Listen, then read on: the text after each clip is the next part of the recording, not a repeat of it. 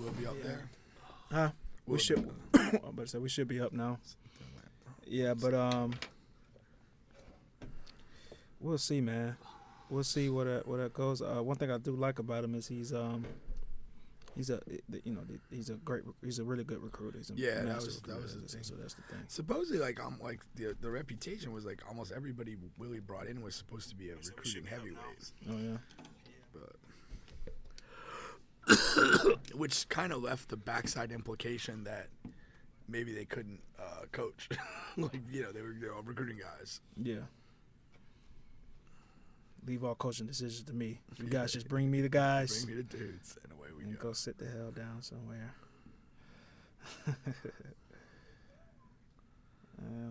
Will, public service notice. Be sure to check in on all of your LeBron hating friends.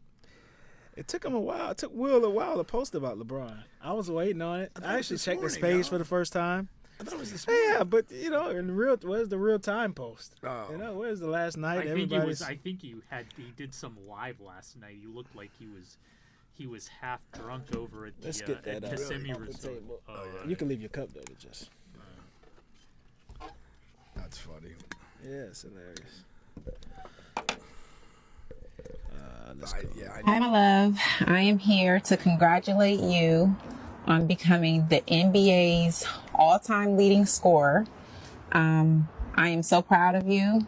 I witness day in and day out the hard work, the sacrifice, and the professionalism that you put into this game every single day. I know how hard you work. I know that this was not something that you set out to do, but you've done it, and you should congratulate yourself. You should celebrate yourself. You deserve all the flowers. You deserve all the respect. And I just want to tell you how proud of you I am. It couldn't be happening to a better, more dedicated to the game person. So congratulations again.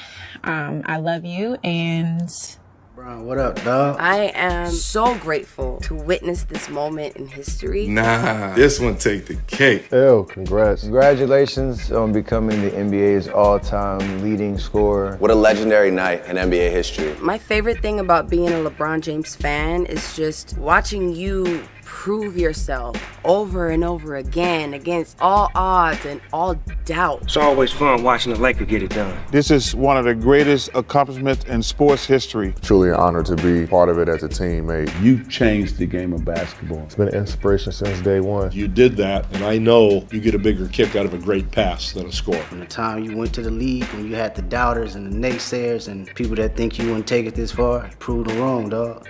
Since you were young, all the goals you set, you've accomplished on and off the court. Love you, King. La Familia for life. Congratulations, Bron. Thank you for repping for all of us. Keep striving for greatness always, and congratulations.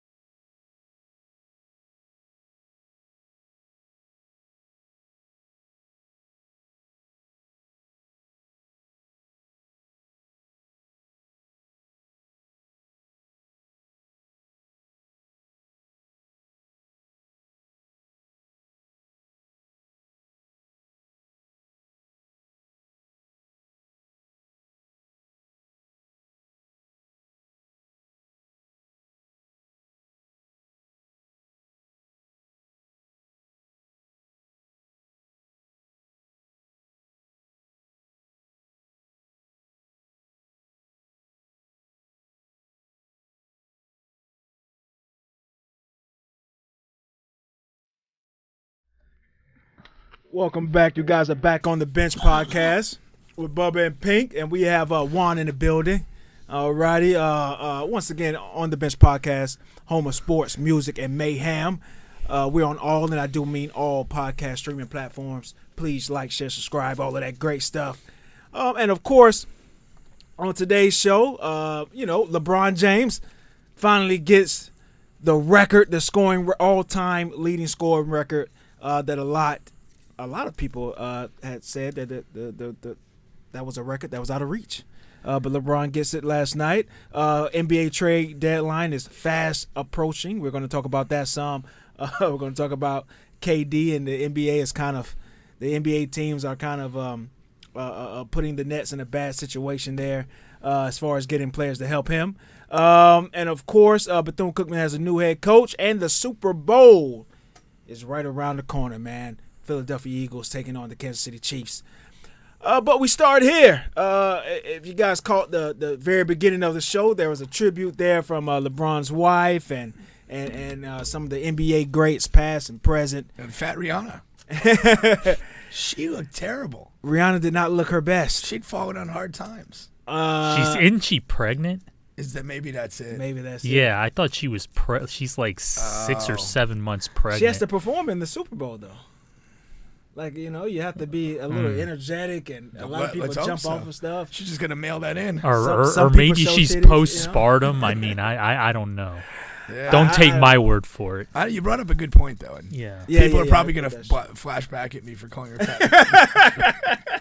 You hate pregnant women. Juan, you could have suggested that before we were live on the air. I had no idea Rihanna was going to. Embarrassing comment. Hey, I had no idea Rihanna was going to be a part of the show. I'm here to talk about basketball. Jimmy Green is going to be all on top of Pink about that one, man. Now you hate pregnant women. What is wrong with you? But yes, we're here to talk about the NBA and LeBron. Well, first of all, I have quite a few things to say about this, but let's just start here. What is your overall takeaway? It seemed like the leading up to this, it seemed like it wasn't a ton of press, wasn't a lot. But as soon as really? Yeah.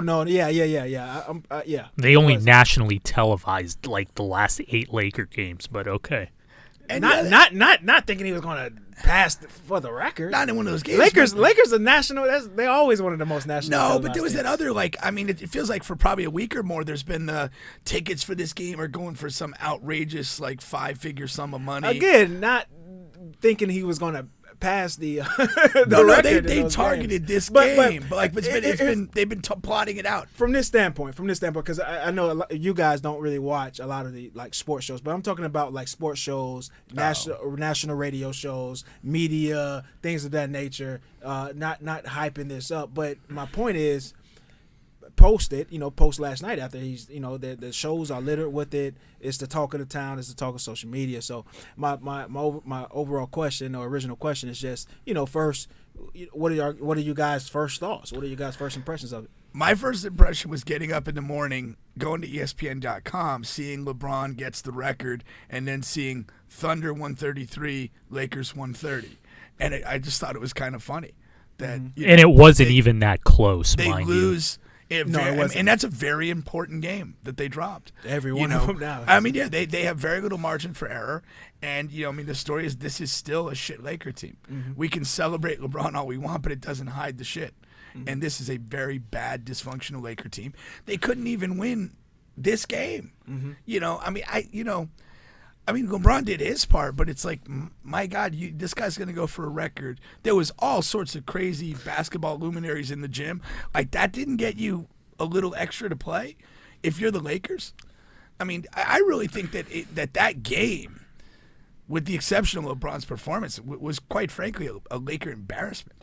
Did you actually watch all of it, or did you? I did, yeah. Yeah. I watched the entire game. Yeah, I watched chunks of it. Okay, so first of all, I don't think it's anything we'll see anybody close to this record. Just to put it in perspective, Curry needs 400 plus 25-point games to catch where LeBron is now. Durant needs 437 20-plus point games to catch where LeBron is now. and Cam Thomas needs 936 40-plus point games, which, with the way he's going, it's pretty attainable. That's how incredible. KD came in before Curry. That's interesting that you put it like that. Yeah. He's further away than Curry, but he came in the league before Curry. But we have all these injuries and stuff. Yeah, I don't think it's a record we will see topped for at least the next 50 to 60 years, potentially in our lifetime. I'm glad Pink mentioned the other parts of the game, because I will say this.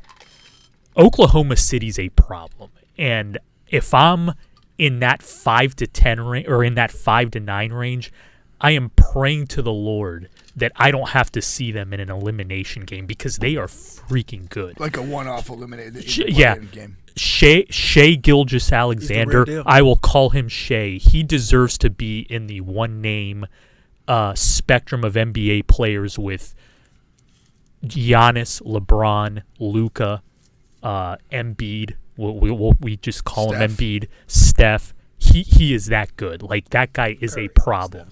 Yeah, that dude is a problem. And then Santa Clara Jalen Williams, they call him J-Dub, because if you don't watch Oklahoma City, they have two Jalen Williams. The Arkansas Jalen Williams, the other big is the other guy. Santa Clara Jalen Williams is a future all-star in this league. And when Giddey rounds into form and becomes a top 10 point guard, and they get Chet Holmgren back, they will be a contender in the West for years, and I think you can see them make some noise in the play-in. Do you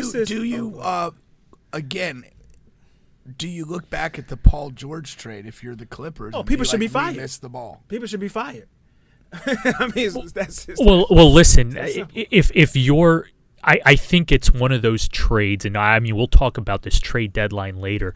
I look at it more so like the Tyrese for Domantas Sabonis trade. It worked out great for both teams.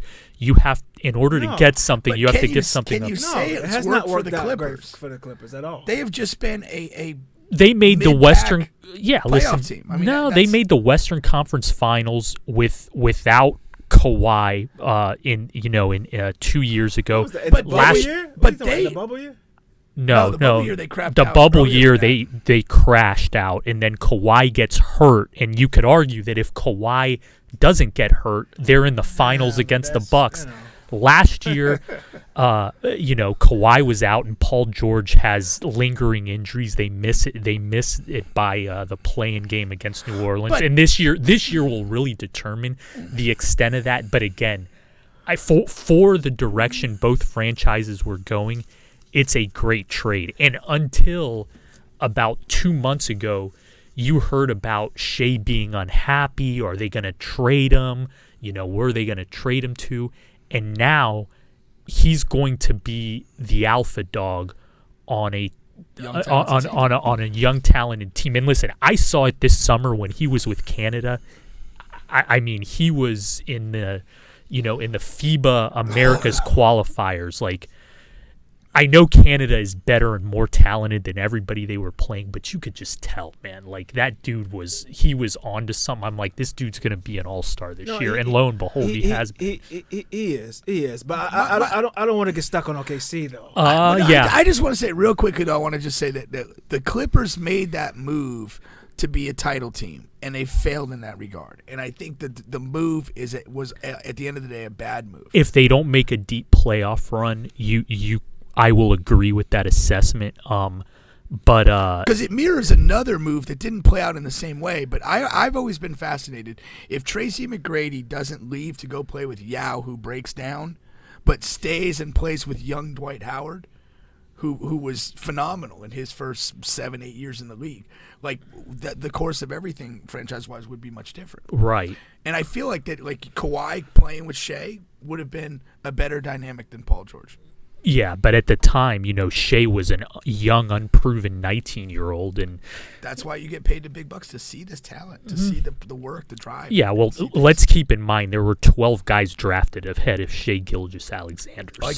Fire everybody. But I did think that the OKC thing needed to be mentioned because you will be hearing about them a lot. No. That's definitely notable because it's a really good young team, and they play with a high pace and shoot threes and defend. The other thing Not so much. is I just think, listen, the celebration and all that was great, but the semantics behind it really screwed the Lakers.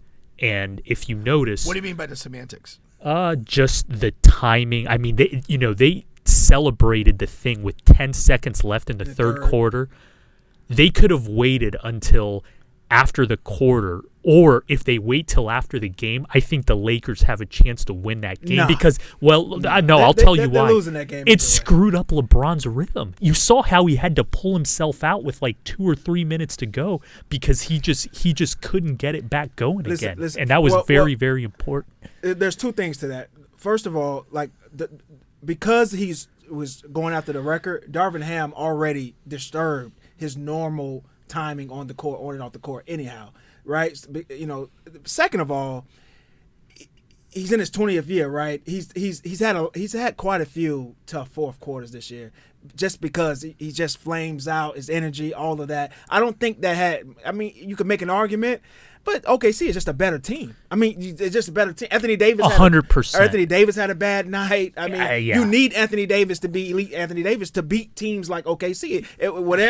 That's just where we're at right now with the Lakers. Yeah. If you don't get an elite night from Anthony Davis, you can lose to OKC. You can lose to the Raptors. You can lose to these teams. The Raptors are better than the Lakers. I will take their. I'm just naming teams that the average fan will say, oh, the Lakers should beat them. Like the average fan is coming to last night's game, like, or after that saying, oh, they should beat OKC. Like, but no, OKC is a better basketball team. Listen, I'm just saying, like on a celebratory night, you got to dig a little extra and get away. The players, but they didn't. I know they didn't. And they've done that over the course of this season. That's a fucking disgrace. Yeah, the perfect summation of where Anthony Davis is last night. You look at that game, and Shea is by far and away the best player on the court. I have no idea why people keep putting Anthony Davis in a top 10. I was watching ESPN and Stephen A is on there. He's like, and the Lakers have 2 top 10 players. Where? Yeah. Where do you see this? I think Anthony Davis is not a top 10 player. I think he's hurt, or there's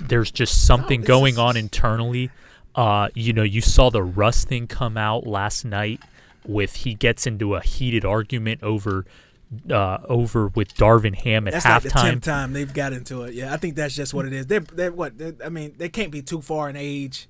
I don't know. Yeah. I don't know the age gap, but they have this personality where you say something bad, you say something like demonstrative to Russ, like chip on the shoulder type guys, and it's going to to be a conflict in a heated battle. It'll escalate quickly there, and it has several times. The interesting thing that's again, everybody works up to a deadline. It's 7:19. We are 18 hours away from the trade deadline. From the trade deadline, and nothing of significance has really been done except they're talking about sending Russ to Utah, receiving D'Angelo Russell, and Mike Conley going to Minnesota. I don't know if that makes the Lakers much better at all. Like, what does D'Angelo Russell do that Russ doesn't? Oh, man. I can name him. Where do you want me to start? I don't know that moves the needle for them. Yes, it moves I don't the think needle. I don't think it moves the needle. But he's a far superior player than Russell. Russell Westbrook, first of all, he's one of the worst defenders I've seen. And that's saying a lot this year. If you just watched that game last night, the amount of times he gets lost in a basic set OKC's are running, like these are open threes that OKC were making, that were taking and making. A lot of them were on the account of Russell Westbrook. The mindless turnovers, you saw that again last night, but that's been going on the entire season. And he's a poor shooter. D'Angelo, although he's not a great defender either, but it's like Pluto and Earth. That's the distance we're talking about as far as defense. It really is. And he's defensive effort. Yes. Defensive effort. And he's a far better shooter. He's actually having one of his best shooting seasons he's had what you think about that, that's up to you. But you know, and he's been this is his best distributing the ball season. Karl Anthony Towns going out has been the best thing that has happened to that team. Yeah. Minnesota, they were like, we were talking about them to begin the season as the one of the worst, not worst teams, but biggest disappointments. Karl Anthony Towns goes out, all of a sudden they're in the playoff. That's not a coincidence. Yeah, but that's because you have other guys that are playing better. Like, let's not forget. D'Lo is one of them. Well, yeah, Ant Edwards had a really tough start to the season, and he could be an all-star with the exclusion or with the injury of But I Zion. think the part of the problem is the unworkable dynamic of Towns and Gobert. Yeah. And when Towns is, I think Ant's slow start had a lot to do with that. Yeah. Right. And he even alluded. He also needs to stop eating 21 bags of hot fries a week, but that's, I'm not a dietitian, but yeah, with Minnesota too, like, you've gotten their roster 1 to 9 has just overall, since Towns went down, has just been better. Like, Austin is, before he got in a fight, was playing good minutes for them. No, that's true. Jalen Noel, Naz Reid, those guys have all been playing better. And again, these Western Conference playoffs are going to be a doozy. Starting with the playing game, even now, like, you have 13 teams that are fighting really for 7 or 8 spots, because with I think Memphis and Denver are, no matter what happens, the rails can fall off and they'll still be in the top 6. But anybody else, you can make an argument that they could be 3 or they could be 11 once the 82-game season concludes. Yeah, the top is in comparison to the East. The top is on the weaker side, but like you said, that middle bunch is very competitive, and it will be a competitive race down the stretch. Now, what do you guys think of this now? So Pink, okay, so you wake up saying it's just a disappointment that the Lakers lost the game. The players didn't come to. Well, that was my first impression. Right. That's what I'm asking. And then you think and you see, like, the tributes that people are making, and it kind of goes to, like, Juan's correct. LeBron's durability over time has been unprecedented. When Kareem set this record, he limped to the finish line. He was a spot player throwing up a few skyhooks a game. Yeah. LeBron's done it, averaging 30 this year. So, the idea that somebody's going to come along anytime in the next couple decades and put together 18 or 20 years of basketball, very little injury time and stuff like that. The two other guys you mentioned, were like Steph and KD, and they're essentially often injured compared to LeBron. They're injured right now. Yeah, they're injured right now, but it's this is not an aberration. Right. Steph has missed a number of games over his career. KD's missed entire seasons. Yeah, the only guy I could see trying to, or maybe making a run, is Luka, but I just think Luka's. Can his body hold up? I don't think it will. Only because he comes into every season almost out of shape. This year, he came in fairly in shape. Well, with Slovenia, playing with Slovenia, that helped a lot. The one guy I think has a chance, but I just haven't figured out how his game will age as it comes along, is Tatum. Yeah, I think he definitely scores it enough, but will he? I haven't seen him get injured a lot. Yeah, will he have the longevity in his career in order to do something like that? That remains to be seen. I think the problem with Tatum is that he's as ironic as this may be, he's almost too much of a scorer, not enough of a facilitator. And I think as his career evolves and he ages, it's going to be harder to command large minutes and large usage rate. He'll end up kind of fading into more of like an instant offense guy or something like that than a guy that's going to, like, LeBron is still the hub of his team, and he still has a billion touches a game. I don't think Tatum is going to age in that manner. No, that's true. But yeah, Tatum and Luka would be my two. Luka would be the best, but reality-wise, you're probably looking at somebody who is maybe a toddler right now. Yeah, in all seriousness, or Cam Thomas. Jesus, that guy is a bucket, man. He's got to just be mad Like that. I would be mad too. I mean, I can obviously score in this league, and you guys have been just fucking sitting on me forever. Yeah, listen, Cam Thomas. Into the league as a solid scorer. I don't know. Oh, listen, he had this opportunity. I can tell you why, and listen, I'm not trying to sound like a hater here, but the reality is, he doesn't do anything else other than shoot and score that is conducive to winning. So I'll give you this example. In 24 hours, if the Nets manage to hang on to Kevin Durant, I think the lineup of Ben Simmons, Cam, KD, Dorian Finney-Smith, and Nick Claxton, that is a hell of a team right there. And that's a perfect let Cam cook, because he's the second best scorer on that team. And he doesn't have. He's around 3 elite defenders, 1 pretty solid defender, and he's around 2 of the best passers and 3-point shooters,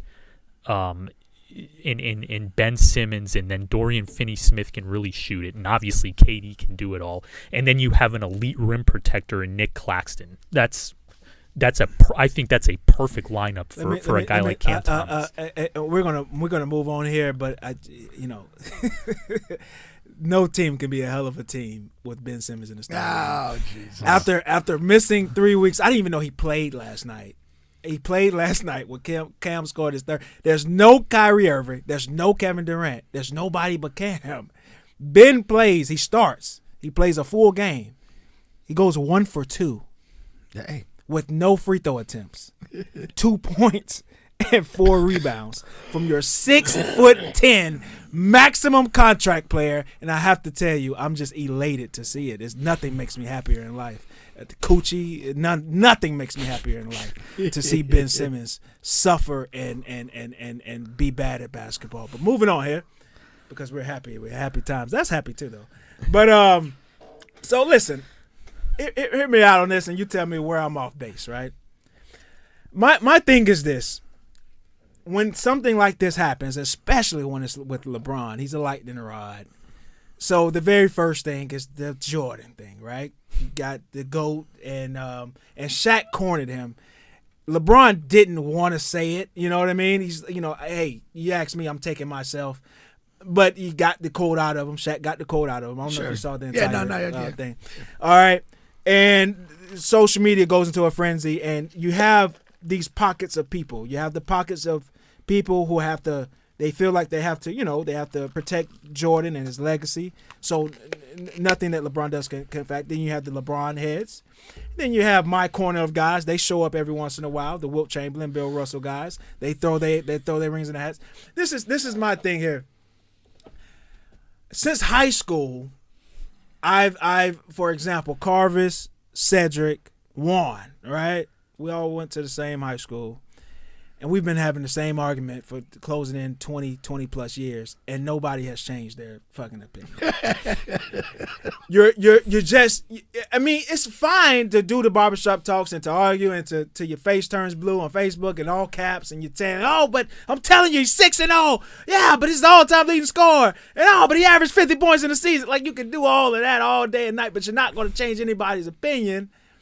So my thing is like, but why do we have to, when somebody makes an achievement, let's just appreciating the greatness and the time that it is. Yeah. Just for that time. I understand you have to get to it, and you got to do your thing, and that's fine. It's your social media account, and you do what you want to do.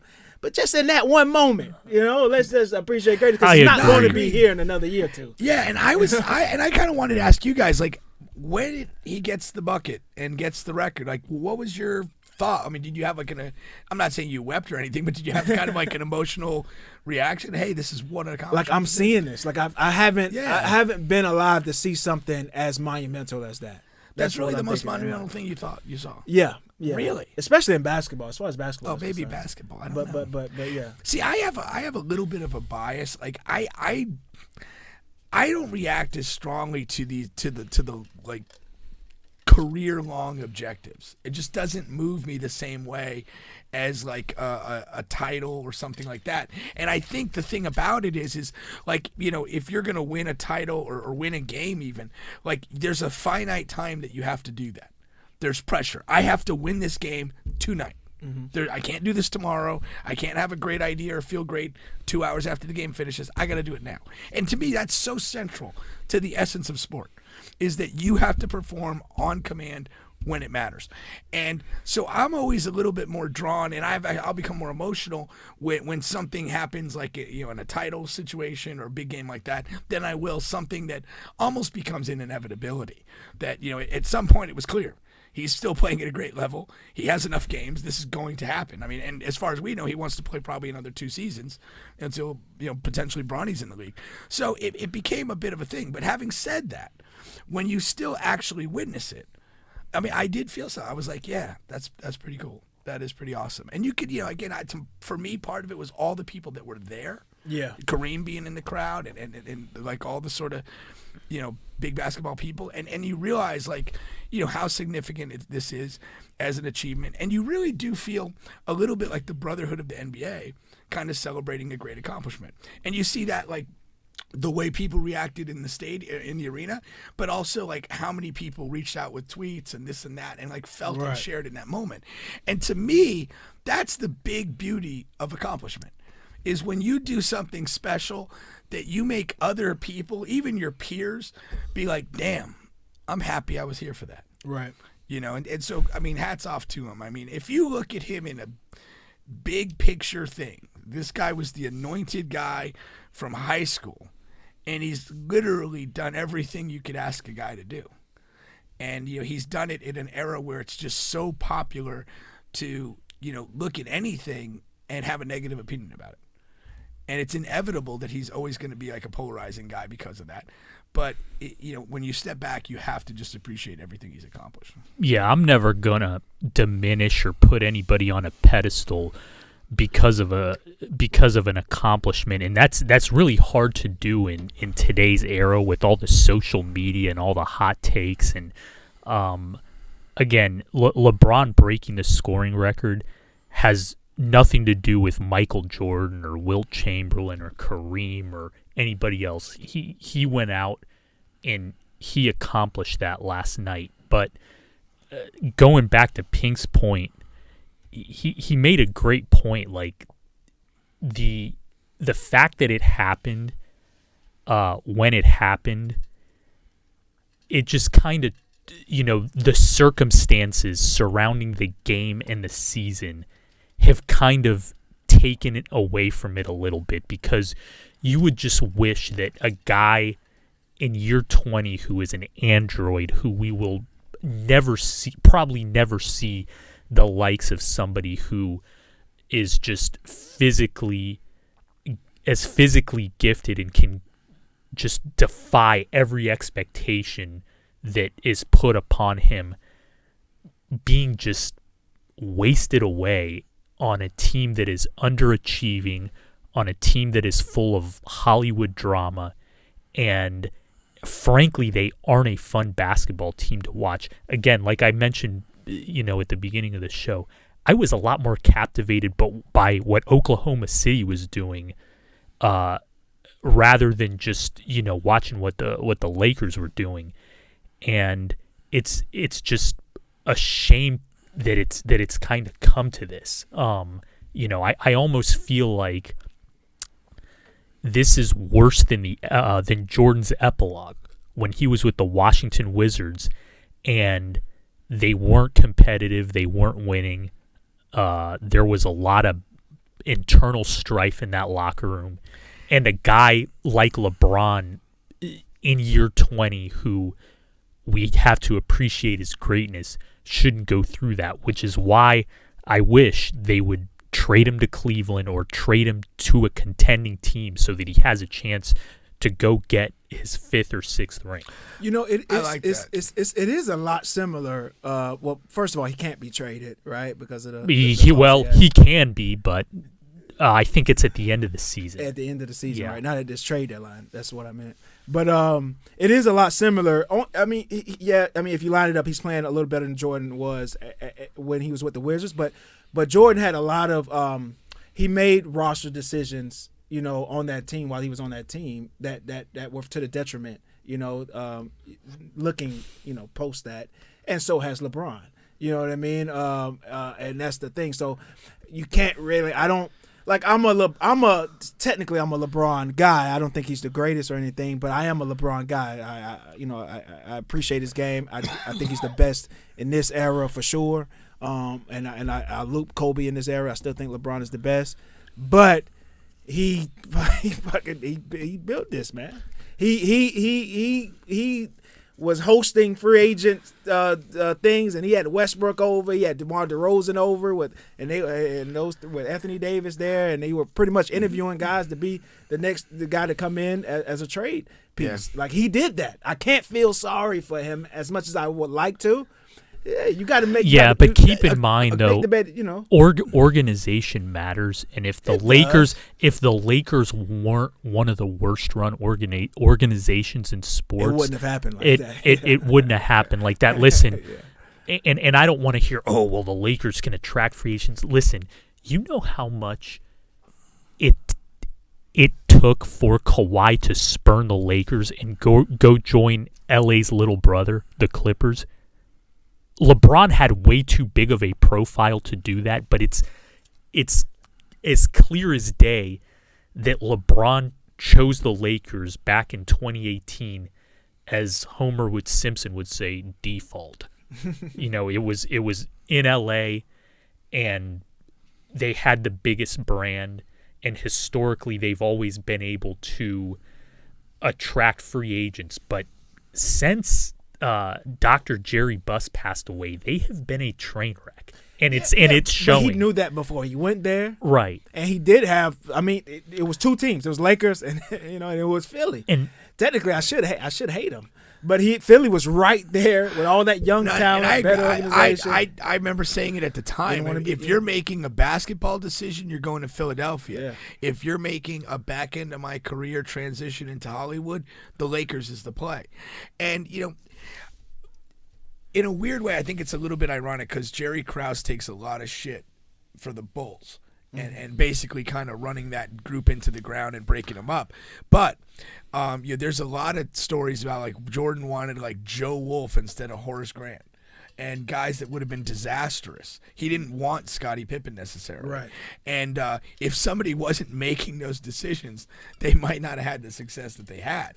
Mm-hmm. And then there's like his famous quote is, "Organizations win titles, not players." I mean, it made my stomach turn when I heard it. But down the line, you're kind of like, there is something to that. And LeBron's career in LA has kind of underlined that you need an organization.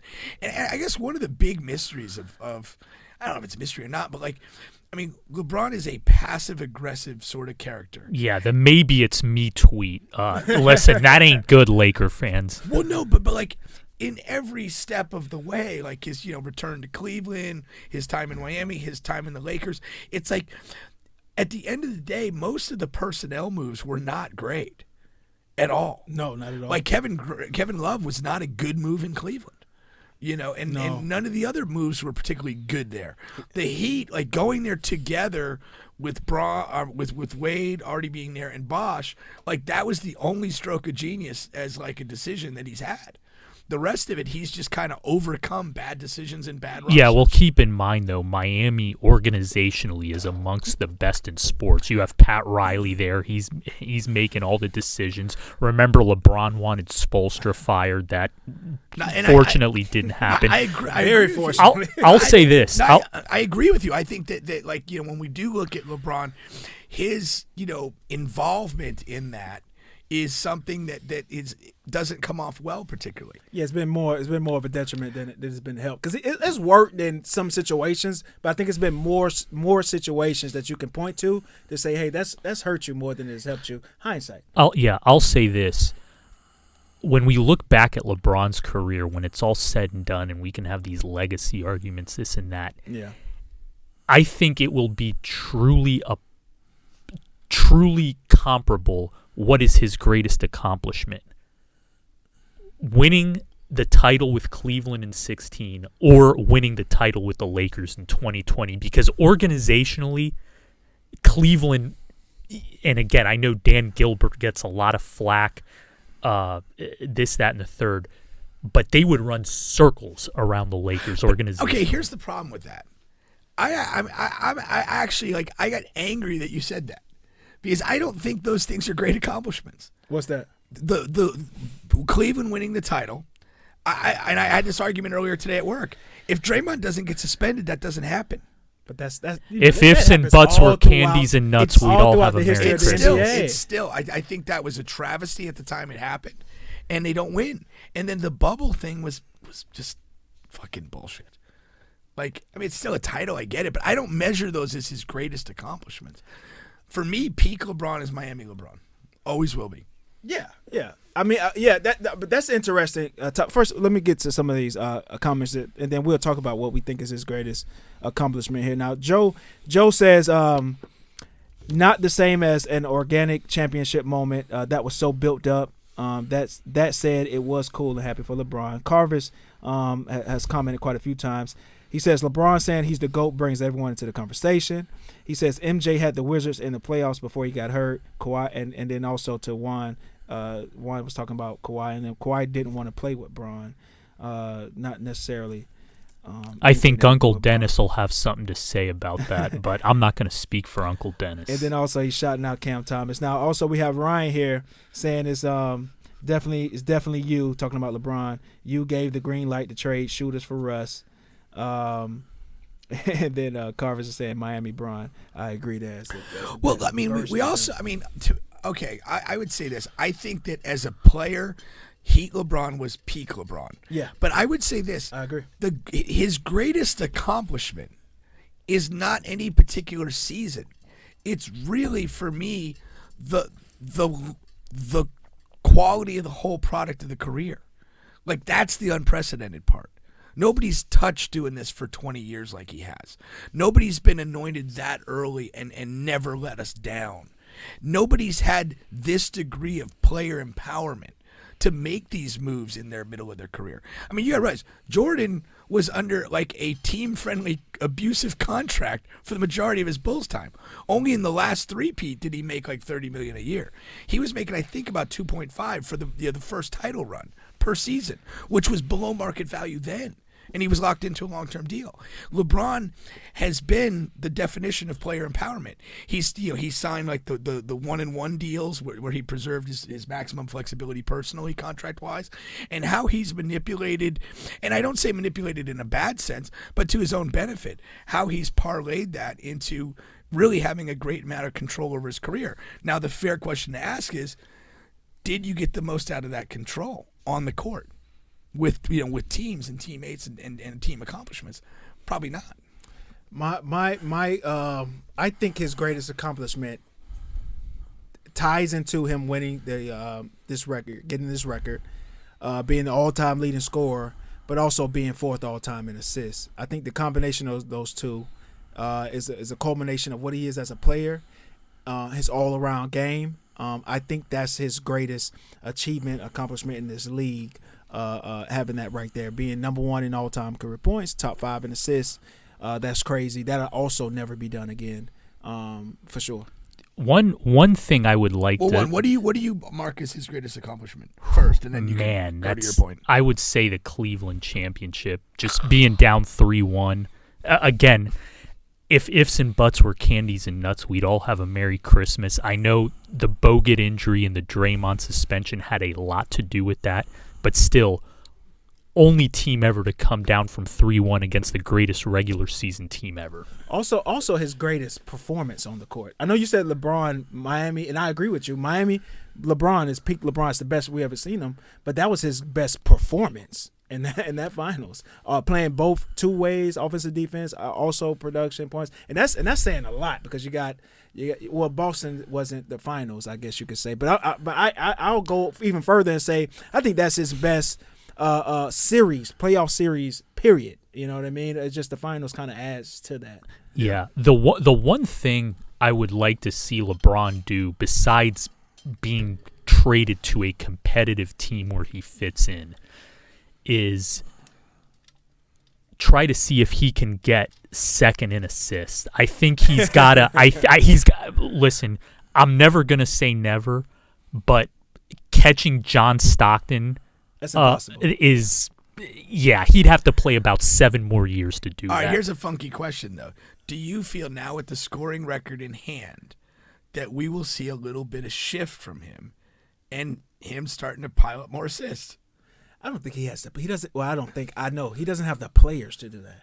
Like that's one thing. Like John Stockton had Malone, and that's why Malone is in top 5 scoring. You know what I mean? Like you have to have the players for assists. That's the only problem. Well, I mean, he already gets a players. certain amount of assists, but he's averaging 30. He's shooting a lot. I'm just saying, it would be. I don't know. It'd be very curious to see. Some people think if he amps up the assist numbers down the stretch. Some people think the last 2 years or so, his scoring peaked because he was going after the scoring record. And that's what I'm getting. But it was also by default, though. I think it was by default because there was nobody else to put the ball in the bucket on a consistent basis. You know, without that, they are a god awful team because who are you counting on? They're still god awful. They're not god awful. They're just bad. They're bad. Yeah. They're just bad. Not god awful, but well, bad. but the question is. No. Then my answer is no. You don't think so? Not unless they get some more players. You get D'Lo, you get another shooter, you get Buddy Hill. You can still get assists with shit guys. He said to get second to shoot for second. And again, I'm not guaranteeing he gets there. I'm saying I'm basically following the line of thought that hey, over the last 2 years he's kind of targeted that scoring record, and he scored at a very high rate. Now that he has it, I mean it could be a subtle shift. It could be 27 points and 8 assists instead of 5 assists. I don't know, but he knows. Interesting. He knows, but what the question is he does know, but what is it gonna change his behavior? No, absolutely. All right, you're on record saying no. Yeah, absolutely. Okay, fair enough. All righty. Once again, you guys on the bench podcast with Bubba and Pink. We have Juan Bernal in the building. We're talking NBA. We're talking sports today. This is a sports heavy show because there's a lot of great sports things going on. Yeah, LeBron is he has 10,354 career assists. So to pass Jason Kidd, who was at 3, right? No. Chris Paul's at 3, 11,283. Kid's got 12,091. So LeBron needs, he needs about 1,700 more assists. So that's 2 big seasons of 8+ assists. Yeah, he needs about 3 years of 8+, and then catching Stockton, he's what's Stockton at? 15,806. Yeah, he's gonna have to play 7 more years. Yeah, like that I ain't said, gonna happen. I think that's one record that's going to stand a lot longer than that scoring record for sure. Again, Stockton was basically a 20-year player. Yeah, 19. Whose chief statistic was the assist for that time, and he was another guy that enjoyed steals too. Yeah, steals. But he's another guy that enjoyed an incredible, healthy career. Yeah, for the most part. Very seldom did he miss games or get injured. Yeah, no, that's for sure. All righty, so that's another damn thing. All the load management bullshit, that's gonna prevent anybody from kind of getting near these marks too. Is that most guys aren't playing 75, 80 games. The remnants from that, because they're talking about maybe less games, and that would certainly change all the dynamics of records. Yeah, just like NFL adding a game, that's going to help those guys. But the NBA, decreasing games, we'll see. I don't think you'll see a decrease in games. I think you'll see the season lengthen before you see a decrease in games. The owners ain't giving up money. Yeah, I agree with that. I just don't think it's palatable for the owners to do. No, for sure. All right, so let's talk about this trade deadline here. Trade deadline is fastly approaching, and there's a lot of different noise going around with all these different teams. First, as we can see up top left, this is most recently Sham's tweet that's involving the Lakers. The Lakers, Jazz, and Timberwolves are in discussions on a 13 deal that will send D'Lo to the Lakers, which Juan also told us about at the beginning of the show. Westbrook and draft compensation as a first-round pick to Utah. Mike Conley Jr. to Minnesota. Is that a fair trade? I kind of like this deal for everybody, to tell you the truth. Minnesota gets a seasoned guard, a veteran guard who can still play Has Conley been healthy most of the year? Yeah, he has. He's been playing, man. He's been playing, and he's been shooting. He's well. had a really good year. I was gonna say he's been shooting well, and you put him next to he'll let Ant eat. Like it's not a problem with Ant and D'Lo. They've been fine together, but at times you can see like it's okay, your turn, my turn type of thing. Yeah. With Conley, he's going to set D'Lo up to be the best. I mean, he's going to set Ant up to be the best version of himself. Sure. And so what do you guys think? What do you think about this proposed deal? I agree with you. I mean, Conley is a nice addition to Minnesota. I think Russ gets to do whatever the hell he wants in Utah. That's probably a buyout situation. Buyout, yeah. Yeah, and that's fine. And then D'Angelo Russell, I mean, at the very least, gives the Lakers some much-needed shooting. Mm-hmm. And so, I mean, I think it's a manageable trade for everybody. Probably one that should be pulled off, but being the Lakers, they'll probably find a way to screw it up. Manageable is the right word that I have. I just don't think it moves the needle for the Lakers. For Minnesota, I think they improve, and for Utah, they are doing out what I guess they set out to do at the beginning of the year. With that roster, though, they still could make the playoffs. I know they came into the season wanting to tank. Yeah, I don't think they had any idea that the guy who came over from help me out here from Boston. No, not Boston. Was it Boston? Yeah. That was going to play that well. You know, so that's the thing, man.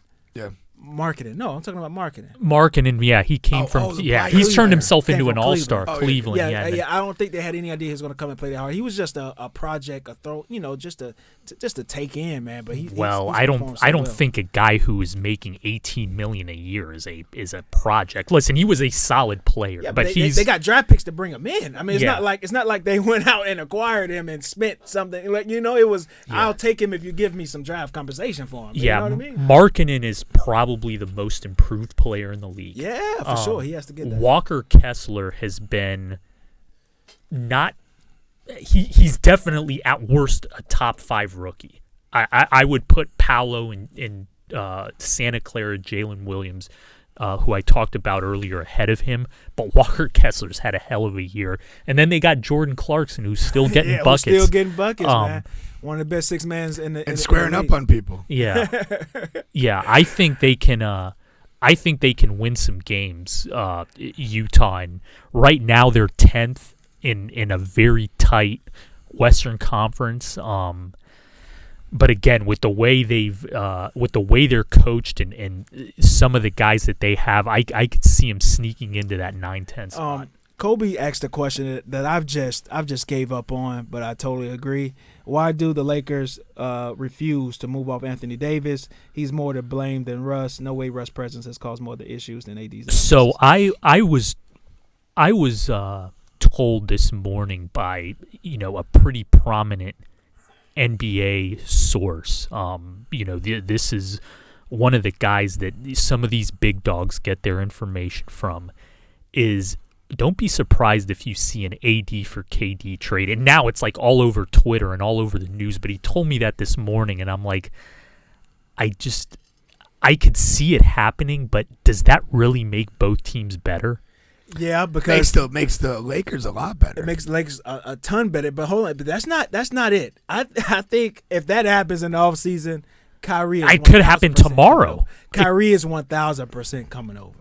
Like that's a done deal. If that happens, that's a done deal. And then we're talking.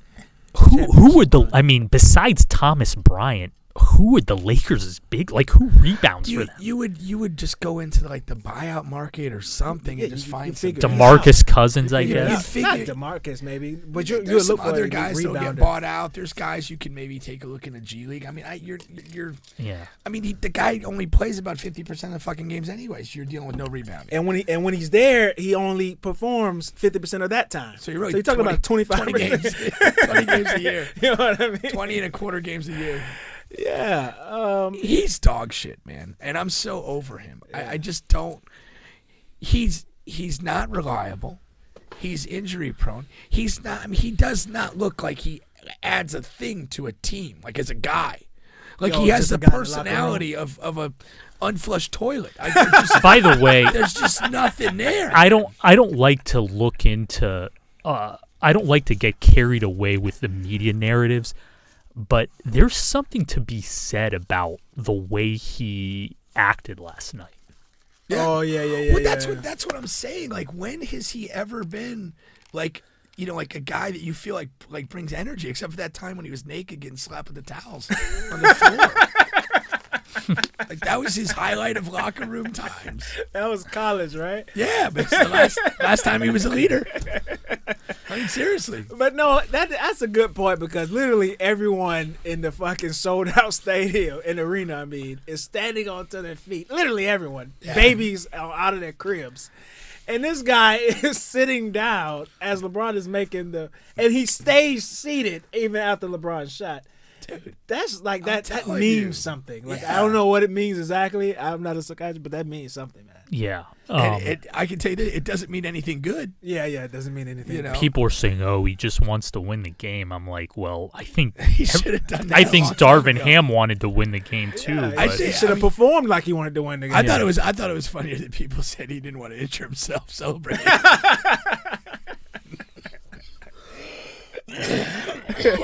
No, that's true, man. But going back to this, okay, so we all agree that what Juan is a little shaky on making the Lakers better, especially if you have to give up that first round pick. I understand that part of it, but team hesitant to help the Nets. I thought that was interesting, because the Nets are at a point now where they have friendly contracts they can easily trade. They have draft compensation. They have pieces that could easily be moved. And the overall goal for right now is, okay, how can we improve, make this team better, so we can give KD a run at it, this postseason and next. Well, I mean, the crazy thing is they move Kyrie, and they're 32-22. They're like, I think, third or fourth in the East. Yeah. Like, it's weird to be like, okay, well, do we then move KD and like kind of rebuild, but we're already in a advanced playoff spot? Like, it's a strange dynamic to be in. Well, yeah, but they also can't just completely tear it down, because the Rockets own their picks. Yeah.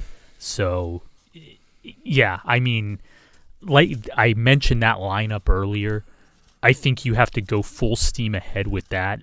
If you can go ahead and get OG Anunoby like or a Pascal Siakam, that's another avenue. But if I'm the Nets, I try to buy instead of sell. Like, you've already mortgaged a lot of your future to Houston. So you have one of the 5 best players at worst in the world. You got to make it work. Again, how bought in is he, though? At this point, does he feel betrayed by Kyrie?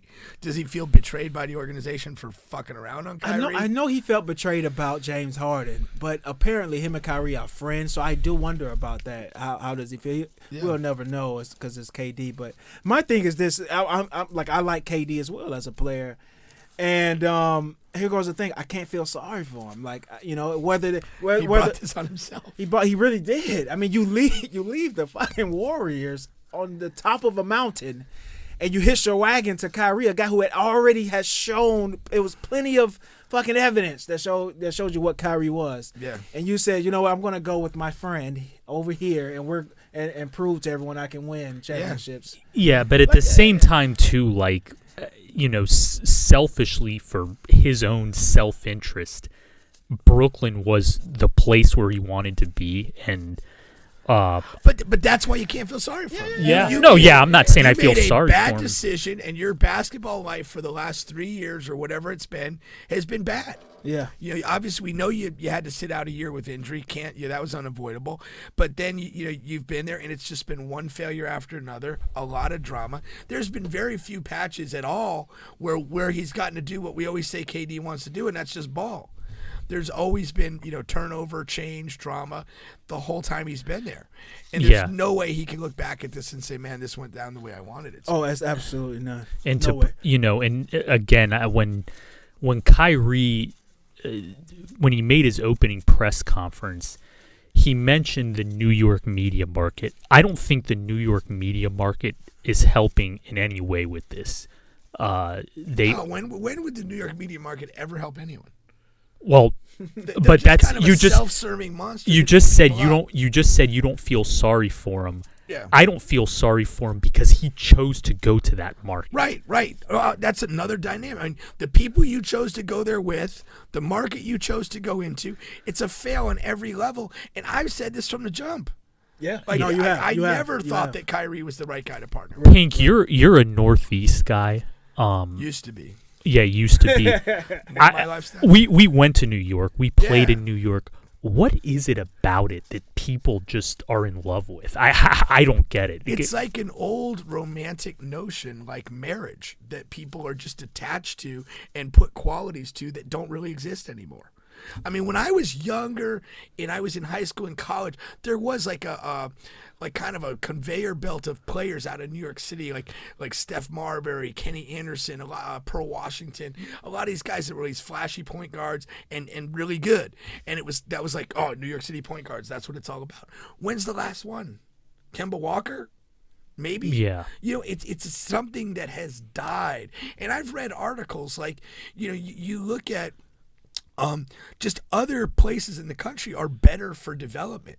You know, places down south where you can be, you know, outdoor and active and engaged far more often, you know, and so forth. Another article I read was like in the high schools and stuff like that, the development of like, particularly in the South, you get these like big weight rooms and things like that for football. Right. But some basketball athletes have taken advantage of that. And again, we talk about like players are not developed showing up at the playground and playing every day now.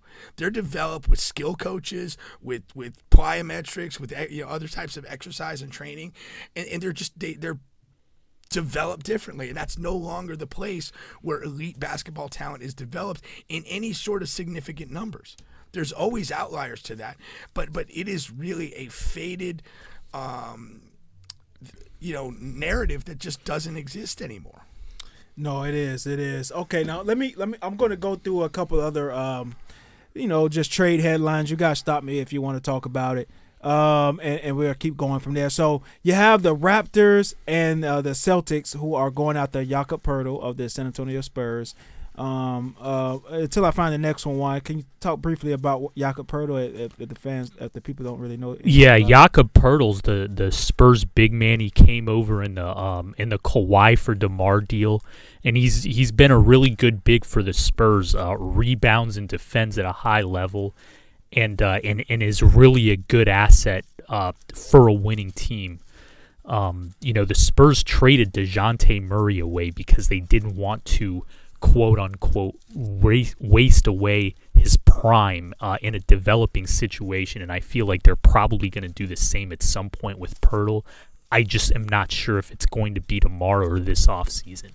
Yeah, no, that's for sure. And I think he can help Boston for sure, put him over the top, even though they're still number one in the East over there. Okay, outside of that, man, you have the OG in Toronto. As far as like, what is Toronto going to do with all these guys? OG or Siakam or Fred VanVleet, all of them have kind of been in the rumor mill. Do you think either one of them really leaves before this deadline or about this deadline? Man, that's a $1 million question, and as much as I've thought about it, I don't have a great answer to it. I know it's not great for radio, but if I do trade one of those guys, I trade OG because he is the prototypical guy that a team who is looking to bolster its depth for a championship run will overpay for. Like there was a team that offered 3 first-round picks for OG Anunoby, and I love what OG does. He shoots threes and defends 4 positions, but I'm not sure he's worth 3 first-round picks. And as far as Toronto is concerned, that's not enough. They have reported to say they want a Donovan Mitchell type package, which is 3 first, 2 first-round pick swaps, and a second. And which is really wishful thinking. Yeah, you know, as far as that goes. But here's part of the deal: if you are not against the gun to your head to make this trade, you stay with the high demand. They don't need to make this move right now. No, but if right somebody's now. going to be tempted to overpay and give them exactly what they want, I'll do it. But I'm not under the gun where I have to make this move. I have plenty of leverage. Yeah, OG's a guy that he's in a unique situation because there's about 20 teams in the league that could use his services. Yeah. And he could come in and start and see a bigger role. But in Toronto, he's next to their most prized asset, which is Scotty Barnes. What can you say? Maybe a sophomore wall or whatever, sophomore slump. But I just don't see it, man, right now. With Scotty Barnes, yeah, I don't. He'll be a fine. hell of a player. This is what I was telling somebody today. Like with the Paolos, with the Bulls, Scotty Barnes also. Like you have to adjust to being scouted. Like now, teams. When they make their scouting reports, you saw it with Franz Wagner last year. Yeah, he hit a little bit. Well, you're at the top of that scouting report. Yeah, like they know your every move. They know how long you stand at the pisser for when you go take a piss at halftime. Everything. That's true. And you're at the top of the report, and you're not an extra guy. And they need time, especially very young players, to adjust to that. Every team that plays the Raptors, Scotty Barnes is second on their scouting report behind Siakam. And we talked about this, and that's before. An adjustment. The guys that really evolve in this game continue to literally get better. Yeah, they get scouted and they find counters to the things that people are trying to take away from them. And so what you're gonna see, I mean, Scotty Barnes is a really talented player. What you're gonna see though is he really that guy that's going to put in the work to offset the adjustments and the things they try to make him be uncomfortable with and have counters, which will basically reopen the ceiling for him? Or is he going to kind of just be, stay in the box that he's in and just kind of grind out some numbers? But it'll show you how much he wants to be great. And lastly, the Magic are finally shopping Terrence Ross and Mo Bamba. Yeah, I'm not sure I'd trade a sack of feces for Mo Bamba. He has not been good this year. What about 3 used condoms? At least you had a good time before you made the trade. Right, or you could just raw dog it. But Terrence Ross, he's another guy like. If the Lakers are looking for ways to upgrade, I think he'd be a guy that can come in and knock down some shots for them right away. What would the Magic be interested in getting back for Terrence Ross? That's a good question, man. For his contract, I mean, they probably could take if the Lakers are crazy enough to get a first-round pick. You put your ski mask on and take the deal. If they are, but yeah, I mean, it's not. I mean, at this point, like, geez, Max Christie in a second. Yeah. I mean, Ross is expiring and he's going to leave anyway. Yeah, so. If you're the Lakers, you definitely take do that. You can absorb.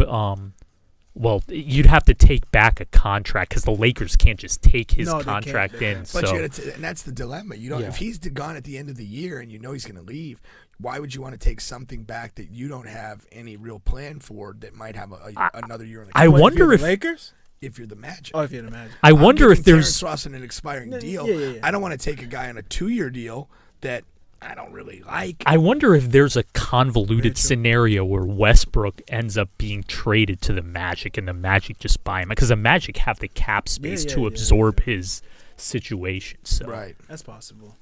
All right. Moving on to a guy, Kyrie. Of course, he was traded to the Dallas Mavericks earlier in the week.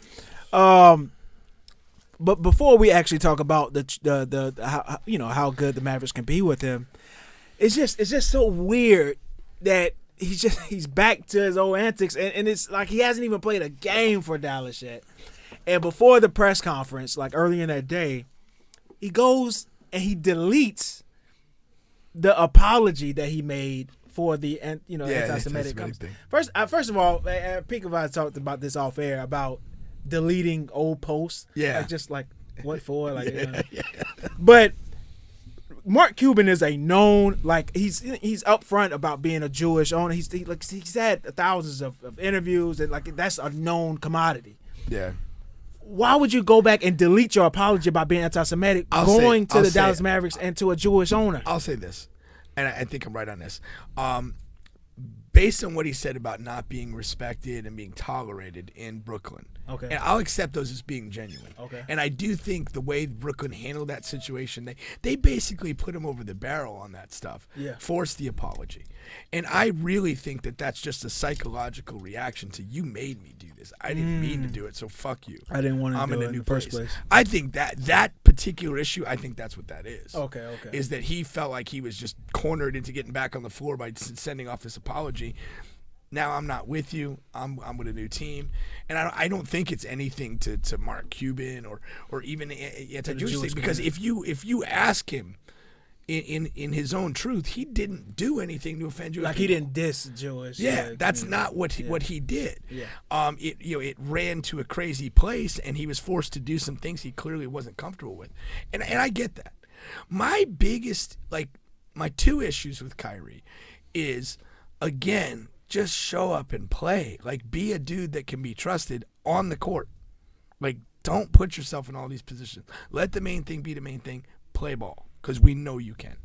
The other thing about it is, he just has this bizarro history of making these freaking stupid public statements about staying places or whatever, and then within weeks there's a reversal of course, and he acts like he's happy to be out of it. He started the second season in Boston as, hey, I'm happy to be here if you guys will have me. Yeah. And then he a short time ago he's like, man, I'm not leaving 7 anywhere, we're here. And then you're demanding a trade and being out. Nobody's asking you to make those statements. Nobody's making you make those statements. Don't make them. You can be cryptic and weird or whatever. You'd actually do a good job of that in other situations. Why are you making these statements and not not living up to that word? And I get that there are basketball situations. There's if Dallas is gonna sign him to a long-term lucrative deal and Brooklyn wasn't. Well, they apparently offered him a 3-year extension. Who did? Dallas did. Dallas didn't take it. Okay, but I'm just saying, if there are reasons that you want to move on, and I can respect them for whatever, but don't make the statement that, I'm not going to leave 7 behind, or I'm going to stay in Boston if the fans will have me. Just don't say that stuff. Yeah. Right. Just it's easy to get caught up in that, though. No, it's not. That's dumb, man. That's dumb. I know, but don't excuse stupidity, because we have way too much of it out here in this country. We got to come down on that stuff, man. If you say stupid stuff, be held accountable. Yeah. And stop doing it, because literally it's a pattern of behavior, the way he's functioned with these statements. It's not just a one-off thing. It's like, you keep doing this and you keep contradicting yourself. Which you have every right to want to move to a different team. I don't dispute that. But just don't say dumb stuff before you go. Right. So I mentioned the media market argument earlier with the New York thing. I really do believe that you will see a much more positive twist on Kyrie now that he's in Dallas. He just has to stay away from Tim McMahon, because Tim McMahon, when Chandler was in Dallas, Tim McMahon would I promise you, he had to have a hidden microphone. And who's Tim McMahon? Tim McMahon's the Dallas beat writer for ESPN. Okay. We got some breaking news. Shout out to our editor. Oh yeah, sending me stuff in real time. Shout out to Chris. So a trade. We have a trade. Yeah, a trade has been finalized. We have a trade.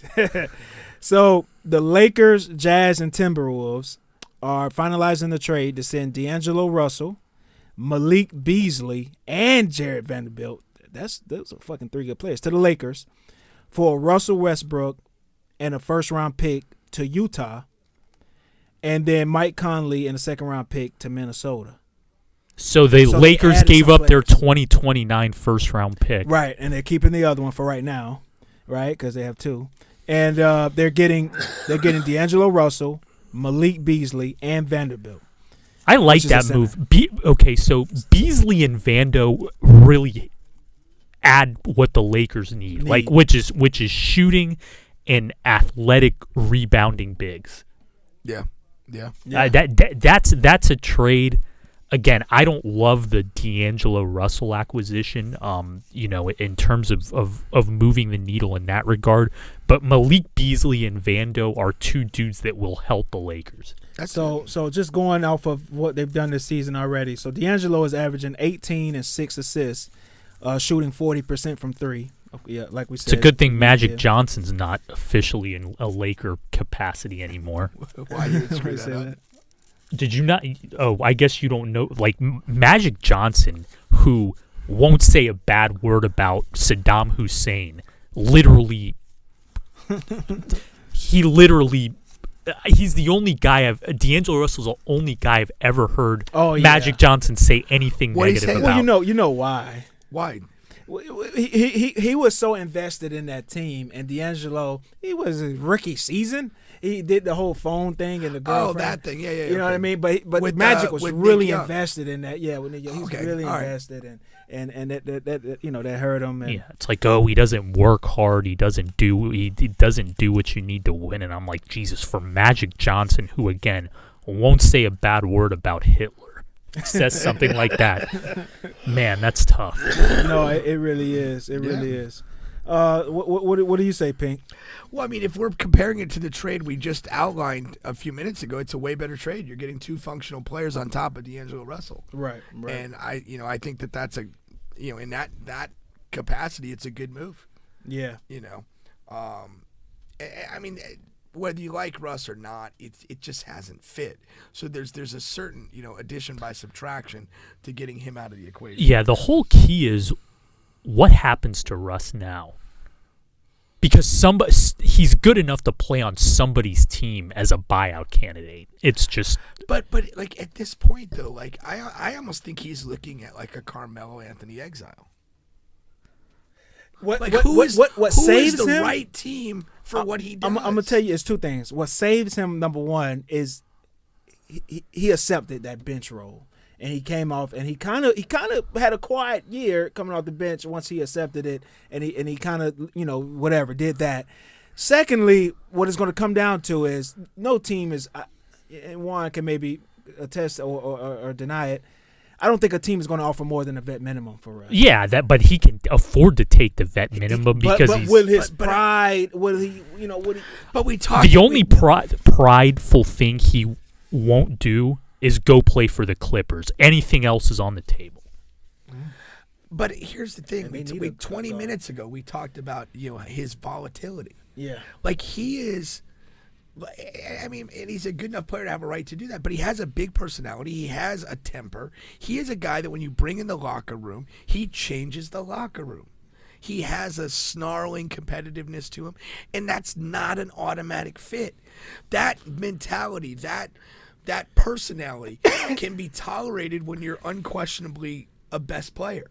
It's way harder to tolerate when you're maybe a guy coming off the bench. And maybe like he kind of says the right things and like comes off the bench without protest, but it's simmering under the edge. Yeah. And you feel that. That changes the dynamic of a team. Which leads to blowouts on the bench with the head coach. And then who wants that? Yeah. The contending teams are already kind of close enough to set without it.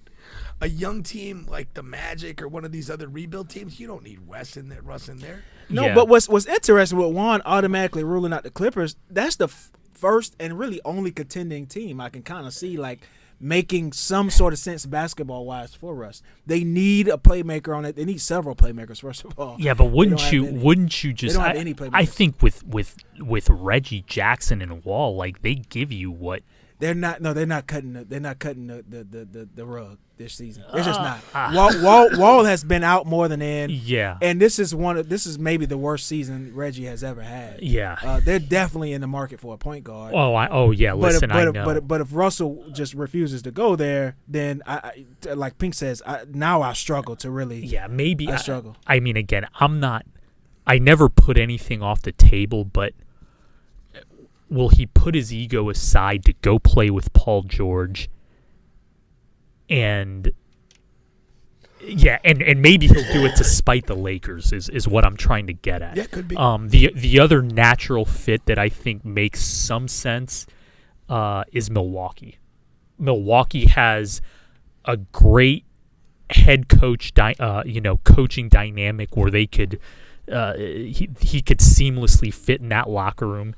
And again, he's not the only hyper-competitive guy in that locker room. You have Giannis and Grayson Allen. And Giannis is Giannis is big enough in his peak right now that he could handle that. I think. Yeah, I think so. That's actually a very good option. It is. Yeah. That's I didn't see that, but I agree there.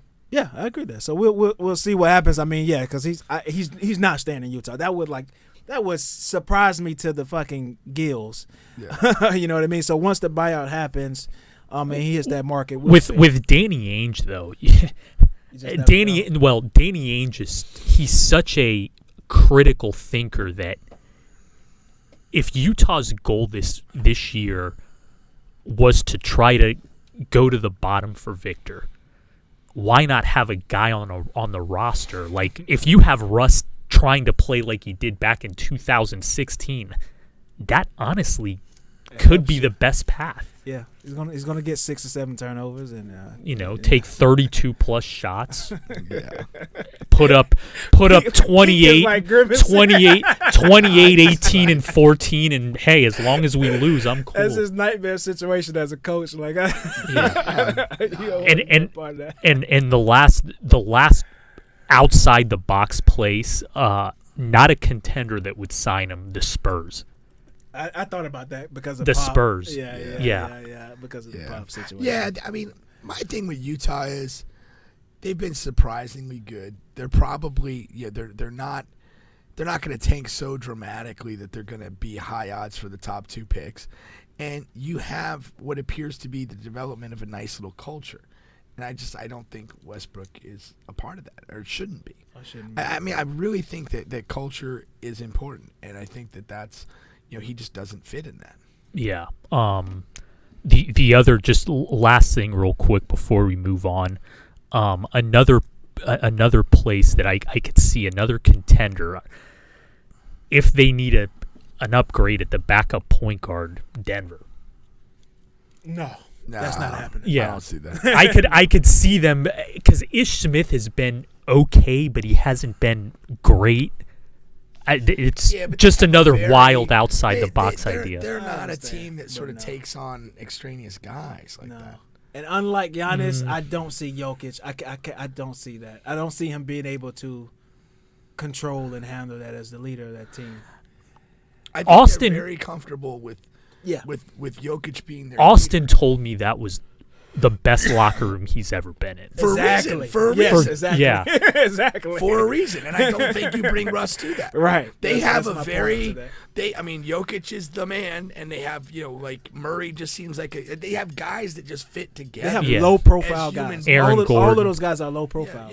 Yeah. Even when Aaron Gordon was here, he's low profile. People wanted him to be more, whatever, but he's a low profile guy. Yeah. He's not going to. And I think, I remember Austin I did talk to him during the movie premiere, and it was, he was like, Malone is just a guy that shoots it to you straight, and he's direct and he's honest, and like you respect that, and and again, it's almost like you have, with the old Spurs teams where you could, you can coach the best guy, you can coach the whole team, and I think that he has a direct approach to people. He's probably consistent with it across the board, and pros respect that. Oh, Chris, he does have a good point. What didn't Westbrook have issues with the fans, the racist chants?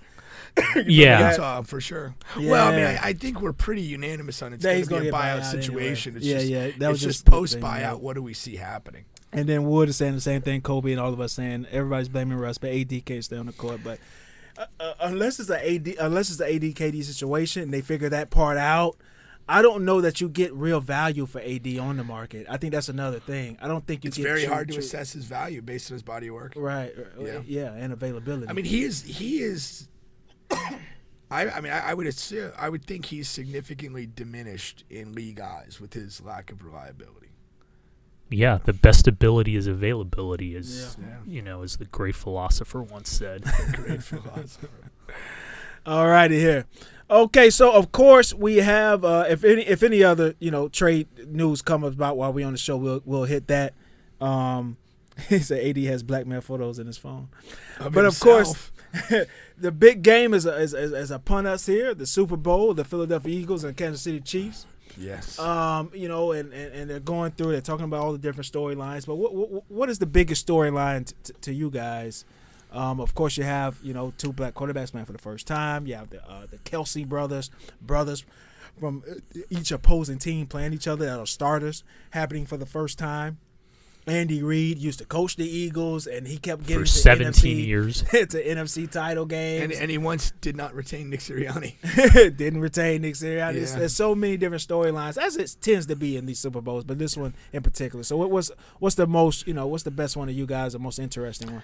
I'm not a storyline guy. I mean, it just, I'm Just ready wanna for get the to the game. game. Yeah, I'm a game guy. I mean, because at the end of the day, we're not gonna continue to talk about the things you're talking. Like, we're gonna talk about the Chiefs are champions or the Eagles are champions and how did the game unfold. Right. And so, and it's one of my beefs with a lot of broadcasting of games. I think a lot of broadcasters who suck go into games with like predetermined storylines, and they try to. And here, if the Eagles are winning, here's what we're going to talk about. If the Chiefs are winning, here's what we're going to talk about. And it's just an annoying pivot. Let the game unfold. Don't talk about your narrative. Talk about what you're seeing. Break that down for us and give us a good game. There was one time, 1988, Kansas against Oklahoma in the NCAA basketball finals. I was a huge Oklahoma fan at the time. They had Mookie Blaylock, who was amazing, and it was the Danny Manning, Larry Brown Kansas Jayhawks. And they had kind of like a handicap kid who was like their mascot. And Oklahoma was the better team all year. Kansas made a run. And, Oklahoma with about maybe 6 or 7 minutes to go is in the lead. Everything's great. Brent Musburger's talking about the great Oklahoma team, way to cap the season. The game turns in the final 4 minutes. Kansas gets the lead. They go to the 4-minute TV commercial showing the handicap kid. I leapt off the couch and spit on the television. I wasn't having it. Don't give me your pre-canned storylines. What Kobe here saying the biggest storyline to him is Mahomes' GOAT trajectory. He's the next best bet we have to beat Tom Montana, but a loss diminishes that. And then you got Wood saying that's why my boy Pink is the best thing on radio. Damn true. I mean, I'll go back to who was it that said Mahomes' GOAT trajectory? I think it's wild how just underappreciated he is. I almost feel like it's disrespectful how underappreciated his greatness has been. Here's a guy, he's been a starter for 5 years in the league, 5 AFC championship game, 3rd Super Bowl, greatest performance I've ever seen in a Super Bowl 2 years ago against the Bucs. I mean, if that's really, listen, the throws he was making and the plays he was making, he literally had nothing. Like the Bucs defense, it was like he was playing 11 on 28. That's how good Tampa's defense was, and he made reads and throws and escape pressure and sacks, and I'm like, Jesus, if this guy wasn't playing 11 on 28, or seemingly is what it was, but they would have had a chance. Who underappreciates Pat Mahomes?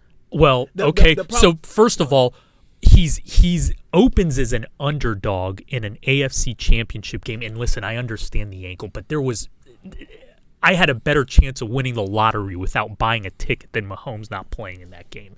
He was an underdog to a guy who, again, listen, Joe Burrow is a great quarterback. He's beaten him 3 times head to head, but he hasn't accomplished a fraction of what Mahomes has accomplished. Well, I mean, he's been in the league 3 years. Yeah, and he's been to 1 Super Bowl. Mahomes has been conference championship. Yeah, Mahomes has been to 5 and 3. And going into that game, he had a 3-0 record against Mahomes. But no MVPs, no NFL All Pros. I get it. But again, I don't think it was outlandish to think that the Bengals might win the game. No, yeah, but it's a very close game. You don't have a penalty at the end. The game maybe goes to overtime and something else happens. I mean, it wasn't like some one-sided thing. And I thought Mahomes was incredible that game. But you did not know going into that game I knew he would play. Yeah. I knew he would do everything possible to play and play his guts out. But sometimes when you're hurt, it's just not enough. But he made it happen. I mean, I don't know. I don't really know who's disrespecting Mahomes. I mean, he's phenomenal. I mean, well, no, I'm just saying that he's. I'm not saying he's being disrespected. I'm saying he's not being appreciated enough. So it's disrespectful how we're not appreciating him enough. That's all I'm saying. Yeah. I mean, I watch that guy play and I'm like, Jesus, this guy's the greatest quarterback I've ever seen. And I've seen Brady. I've seen Aaron Rodgers. I saw tail end of Dan Marino. I mean, he makes plays, reads, and throws that nobody else can make. And, people are talking, well, how's he going to be without Tyreek Hill? How's he going to be? Well, dude, Pat Mahomes made Tyreek Hill. Are you kidding me? I didn't go that far, but Pink, I tell you, I was way ahead of time. I said he's going to be better than he was with Tyreek Hill. I said that. Yeah, we're not going to lose a step. But another thing that goes into that, I thought about this too, is the word just literally the words best and great, and that goes into going into is Mahomes disrespected or not? Because if you say Mahomes is the GOAT, like Juan just says, Mahomes is the greatest quarterback he's ever seen. Well, people take that literally as the great, because great in sports are tied to accomplishments. That's the issue. It's not tied to if you're better than this person. There's not a living soul on this planet Earth that has lived on this planet Earth can tell me that Bill Russell was a better basketball player than Wilt Chamberlain. You just cannot. But he was greater. He won more championships. He accomplished a hell of a lot more. He accomplished a lot more. He was on better teams. Like, he was a greater player. Tom Brady, it's safe to say, and, you don't know because Mahomes has a lot, but he's probably going to end up being a greater player than Mahomes. But there's nobody on the living earth that has lived or died that can tell me that Brady is a better quarterback than Mahomes. He's just not. There's nothing he could do that's better. You know what I mean? But he is greater. So it goes back to those two words, right? And even Juan just slipped and said he's the greatest quarterback he's ever seen. I don't know if that can't be true technically, because great is tied to accomplishments. Those are two completely different things. It is a subjective thing. I don't think it's that subjective as you would think. It has a subjective element to it. It has a subjective element. Because, again, nobody right now is, nobody's really pushing Bill Russell as the GOAT.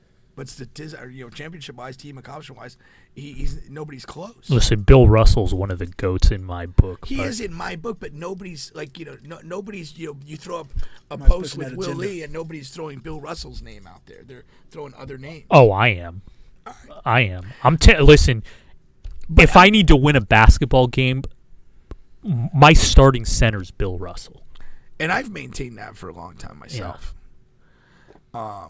But yeah, it's I don't know. I mean, it is somewhat semantical, but it's going to be somewhat subjective, because when you look at when you look at the greatest quarterback I've ever seen, okay, what is that? What does Juan mean by that? It's like this guy can do anything that the position demands, and he does it consistently. He does it when it matters, and so from a pure quarterbacking perspective, he might be the best thing I've ever seen. It may not last as long as Tom Brady did. It may not stack the titles quite the way Tom Brady did. But there's a lot of other factors that go into those things. So, I mean, there's certainly a subjective space to say Mahomes is the best quarterback I've ever seen. Mm-hmm. What he does on the field is not, I wouldn't take another guy over him. The combination of intelligence and ability and all that sort of stuff. It's fair game to say. I mean, just right now, he's hands down separating himself from everybody currently playing. And, he's almost in that place where, all right, what am I chasing? What am I stacking? And in that game, I mean, in that way, every season, every opportunity is massively significant for him. Because the reality is, if they don't win Sunday, the Super Bowl record goes to 1-2. And it becomes something that people chirp about that can try to diminish you if that's what they're inclined to do. But if he goes, he wins it, it's 2-1. It's it has a different feel. There's less that you can sort of attack on that. Since and also I guess it's regarding to Mahomes and Bucks and Eagles as well. But every sport. Since when is it not enough to just be the best in your era? Like why as soon as someone wins in a sport, we have to go to he's the greatest of all time. In your sport, even soccer, whether it's Messi or whether it's your Mbappe guy, as soon as one or the other guy wins, somebody has to be the GOAT, and that's the reason. Yeah. Same thing with this quarterback. Same thing with the LeBron getting the thing. It's not enough to say LeBron's the best in his era, Jordan's the best of his era. We have to do these impossible things in our brain to compare guys who didn't play against or with each other. And I'm usually very much on the side of the argument that you're making. But and I do think that we are caught in like a real like premature anointment of these things at this point. I do think like you win one title, two titles. It's like, hey, it's automatic. We're there. Yeah, let's look at it. Let's look at it. But there is a place like LeBron has earned it. Like 20 years or whatever. For sure. Messi has earned it. Like when he won the World Cup, however fraudulent that was in my opinion, like that was like literally the only thing in football he'd not accomplished. Yeah. You know, that's ridiculous. Yeah, but I've heard people say that about Mbappe. I've heard him. No, very much the narrative of Mbappe is he's next. He's not there yet. He's next. No, I've heard GOAT. That's premature. Yeah. To be fair, and he's my favorite player. Yeah. Like he is my hands down my favorite, probably my personal favorite player ever to walk the earth. Right. And but it's premature. But you're saying in some cases like LeBron it's like it's warranted to some degree. Well, when you get to a certain point, I mean, Mbappe's 24 years old. Yeah. Like let's hope that because here's one thing you have to consider.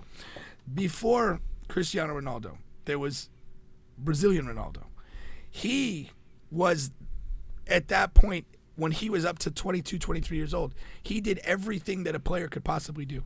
He won World Player of the Year. He scored basically an average of a goal a game. He was literally nicknamed the Phenomenon. And then he had a horrible knee injury. And he still kind of stayed productive, but was never the same. And, when we look at the resumes now, his doesn't stack up. He has one World Cup, but his goal. I mean, Ronaldo and Messi are like 700-800 goals. Ronaldo's like 400, and when you start to stack it like that, it just doesn't. No, it doesn't. He's the big what if. It doesn't add and up. now, knock on wood for Mbappe, I hope he stays healthy and can do everything that we hope and we would want to see a player do.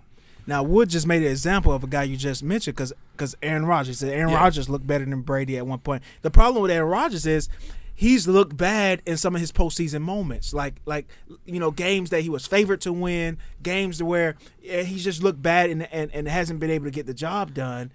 And that's the difference between him and Mahomes. You know what I mean? Yeah. Mahomes hasn't had those moments yet.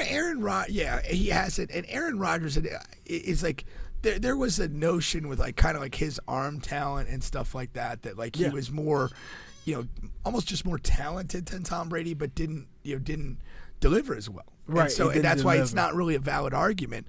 But it's almost what we were saying with what Juan was saying. If you just look at it and say, well, hey, I could look at Aaron Rodgers and some of the throws he makes and some of the whatever, it's just God, nobody's ever done that better in the history of the game, perhaps. And you could subjectively say that, but when you stack the accomplishments and you look at well, he kind of crapped out in his last half dozen playoff appearances, didn't play particularly strong games, then it all kind of gets diminished. Yeah, and that's we could have these arguments. You can forever. Forever. That goes back to my earlier point. Yeah, forever, 20 plus years. Yeah, let's literally enjoy what we have left of LeBron. Let's enjoy what we have left of Pat Mahomes. Yeah. But I will say this, because I appreciate his talent so much and I like him. Which guy? I was going to say Pat Mahomes. I'm rooting for the Chiefs. Yeah. And again, you're a Chiefs fan for many years. Yeah. I'm a Chiefs fair-weather fan because I am invested in this guy's legacy. Yeah. I think he's that good. He's worth pulling for me. Yeah. And so Sunday, I'm going to be pushing my ass off for the Chiefs to win, primarily for him. Yeah. Because it moves him just further ahead and just makes the whole resume and the whole career that much better. That's another dumb thing I hate in sports. I'm not the fan guy. No, you can't come over here with us. You didn't believe us. Where were you? I don't give a goddamn. Where were you when we were 4-12? Come one, come all on this Chiefs. There's room for all of you guys. And I'm on the 76ers bus. I'll have seats waiting on all of you guys. It's okay if you're not on the bus yet. Whenever we get the player that you most like or whatever, these seats are going to be warm and ready. You know what I mean? And the Chiefs are, the world is coming. They're here because of Mahomes. And when Mahomes leaves, I'll probably be the only one left on the bus, but that's fine. When the next prodigy comes, the bus will be right here, warmed up. Yeah, man. Gassed up, ready to go. Gassed up and ready to go. Yeah, but that game, we I think we all three are in accordance here. We have the Chiefs winning, or at least rooting for them to win. The Eagles are now up to what, a full 2 points favorites? It's 1.5 still. 1.5 still? Yeah. Okay, 1.5. So close to a but that's really saying that they're, because it's in a neutral site. That's what saying they're really 3-point favorites, really. Well, how does that go? Well, no, true home field advantage is worth 3 points. Okay, so okay, it's okay. like on a neutral site. In a neutral site, Eagles are anywhere from like a 1.5 to 2.5. Okay. Okay. Alrighty. Then once again, you guys are on the bench podcast with Bubba and Pig, home of sports music and in mayhem. a Super Bowl setting, from a gambling perspective, is there any, like, you say home field is worth 3 points? Is there any points benefit to being like a recently appeared in a Super Bowl versus a team that hasn't? Like the Chiefs have been there 2 out of the last 3 years. Does that kind of factor into the line in any way? And I'm curious because I have no idea. I think it does a little bit, but with the Super Bowl, since it's literally the biggest game and the most bet game in the world, odds makers know going into the playoffs what the theoretical line is going to be, for any matchup. And of course, injuries and a series of things have to do with that. But yeah, it's I don't think history has a ton to do with it. Because again, like the last couple years, the Eagles missed the playoffs. They fired their coach, and then last year they make an appearance, a playoff appearance under Nick Sirianni. So they were a team on the up and up. They got a lot better this offseason. So Yeah, I think it has most to do with the Eagles just have the better team, so the better team is favored. And I think if this is the same Chiefs team but a different quarterback, this is probably a 4-point line. I really do. I think Mahomes got a lot of. If Chad Henne's getting the start. No, not even. Might be 7.5. Like Dak Prescott or something. Shout out to Wood.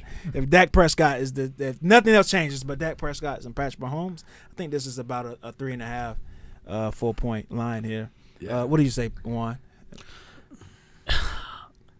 I mean, man, that's tough to say. But like, for example, you have the Cowboys who, besides Pat Mahomes are. From a talent perspective, at least defensively, they're just, they're more talented than the Chiefs. I just feel like the Chiefs have more playmakers, and they would be a 4.5-point favorite against Dallas on a neutral field. So yeah, Mahomes is worth about 2 to 3 points, like you're arguing. There you go, man.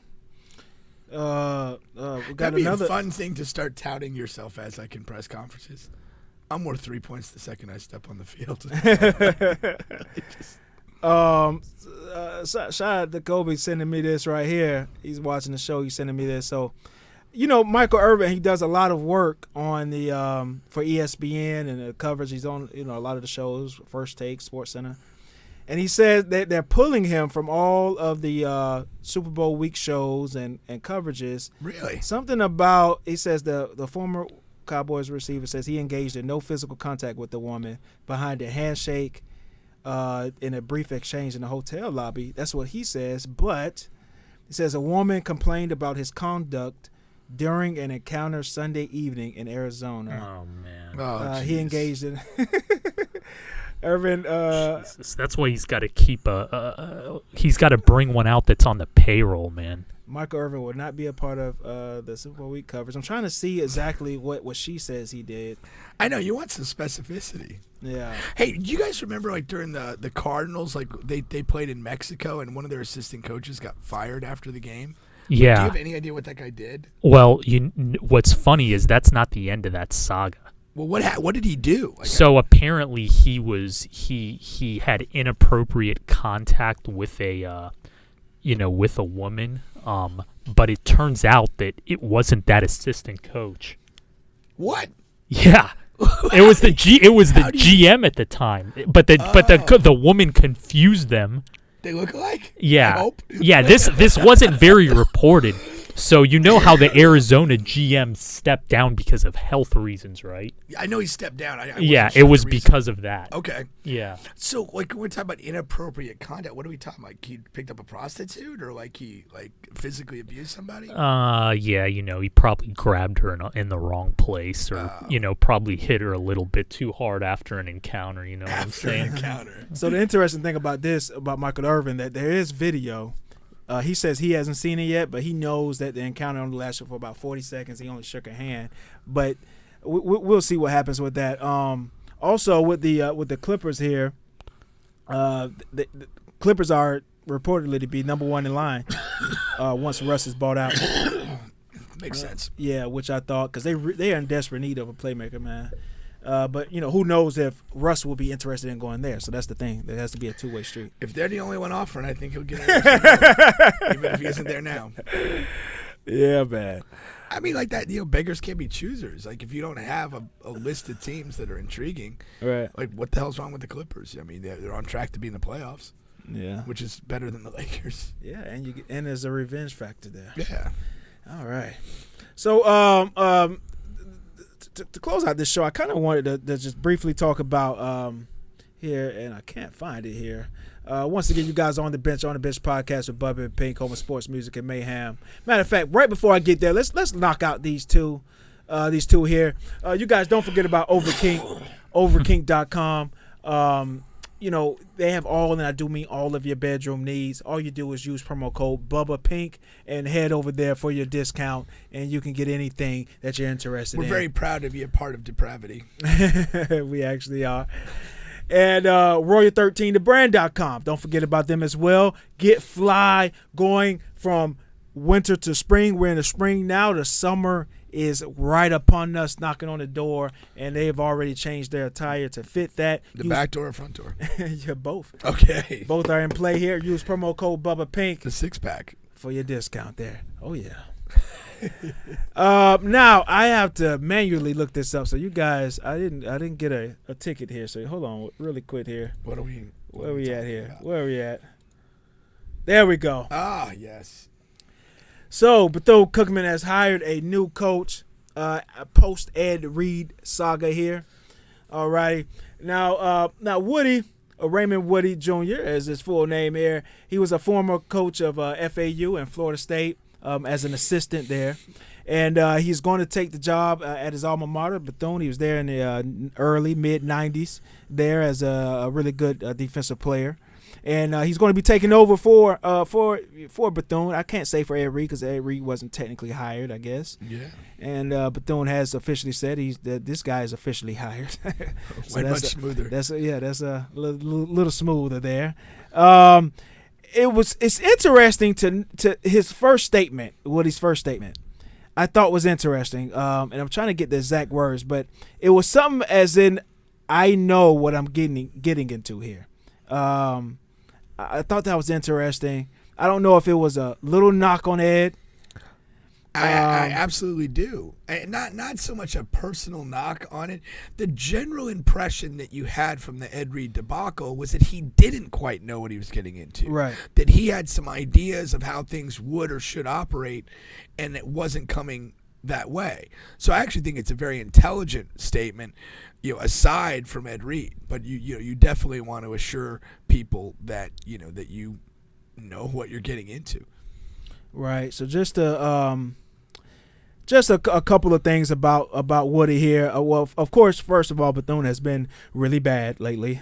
Finished 2-9 each of the past 2 seasons. We know that, and the school as a whole is not in that much better of condition. Alrighty, kind of mirrors the football team.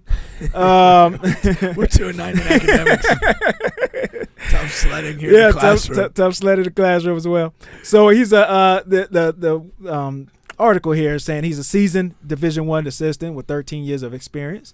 He was a high school coach in Florida prior to that. Alrighty. I think in the Tampa area. Right in the Tampa area. Yeah. Woody stuck with Taggart throughout his head coaching stops at South Florida, Oregon, and Florida State. So they seem to be close buddies. For sure. They're both. Taggart was originally from the Tampa area too. Oh, okay. So that's where they met. So he at BCU he was All-American, first team, All MEAC as well. And that was his playing career. He's known as a top recruiter. He's won Recruiter of the Year several times in the Pac-12. So he's known as a sort of a master recruiter, which is interesting because we're definitely going to need that. First of all, he's coming in at a tough time. as far as the recruiting trail for That's this year. an understatement. yeah, it's really an understatement. So if he is a master recruiter, they're going to need every piece and every ounce of that. So I'm kind of glad they went after, because they targeted him right after the Ed Reed saga.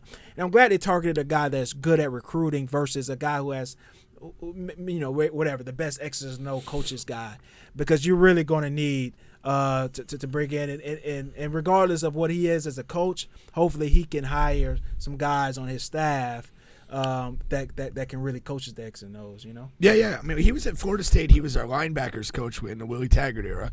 Yeah. True to what you said, he was noted as a really good recruiter. He was primarily in his hometown area, like the West Florida area was kind of his recruiting territory, as it were. Okay. And he got prospects out of there. When he was there, there's Armwood High School over in Tampa, and FSU had not gotten a player out of Armwood in literally years and years and years. And they have a good football program. Yeah, very good. They have a lot of prospects, and I think Jimbo had even offended people there at some point. But through the efforts of Woody, we did get a couple guys out of that high school, as part of Willie's recruiting classes. Taggart's career, obviously, since Florida State has taken a downturn, and we were talking before the show, it's kind of a funky thing because, when you're an assistant on somebody's staff and the staff, the head guy goes down, you basically go down with him, and, it kind of potentially stains your reputation. Can you really coach, or did you really recruit that well if, the operation didn't succeed? But I really think that this is a good opportunity for him. I think it's his first head coaching job at the college level. So, excellent to step up. But, I mean, he was noted as a good guy with a great personality and recruiting chops. And so we'll see what he can do there. I like the hire. Yeah, what's interesting as well is it could still fall in the same vein of these other guys like Ed Reed and Deion, because this is a guy who has coached as an assistant on the D1 level at high schools, Florida State, FAU, et cetera. It would be seamless to think that this guy wants to be a head coach on that level as well. For sure. So if he comes in and at a daunting task of turning this football program and helping the school turn around, if he completes that, you would have to think that his coaching prospects on a higher level would. The only thing that he has bad is just want some money. No. The only downside he has is his age. Yeah, I think he's mid-50s. Yeah. And, I mean, again, assuming it'll take a couple years to turn it around, there's not a whole lot of, big Power 5 teams that are looking to hire, guys that are almost 60 who don't have some serious resume. One, you think, being on a coaching staff, if you're an assistant, can it really taint you? How difficult is that if your head coach guy, is a bad coach and you kind of hitch your wagon to him, as an assistant? How much of a detriment could that be to your coaching career?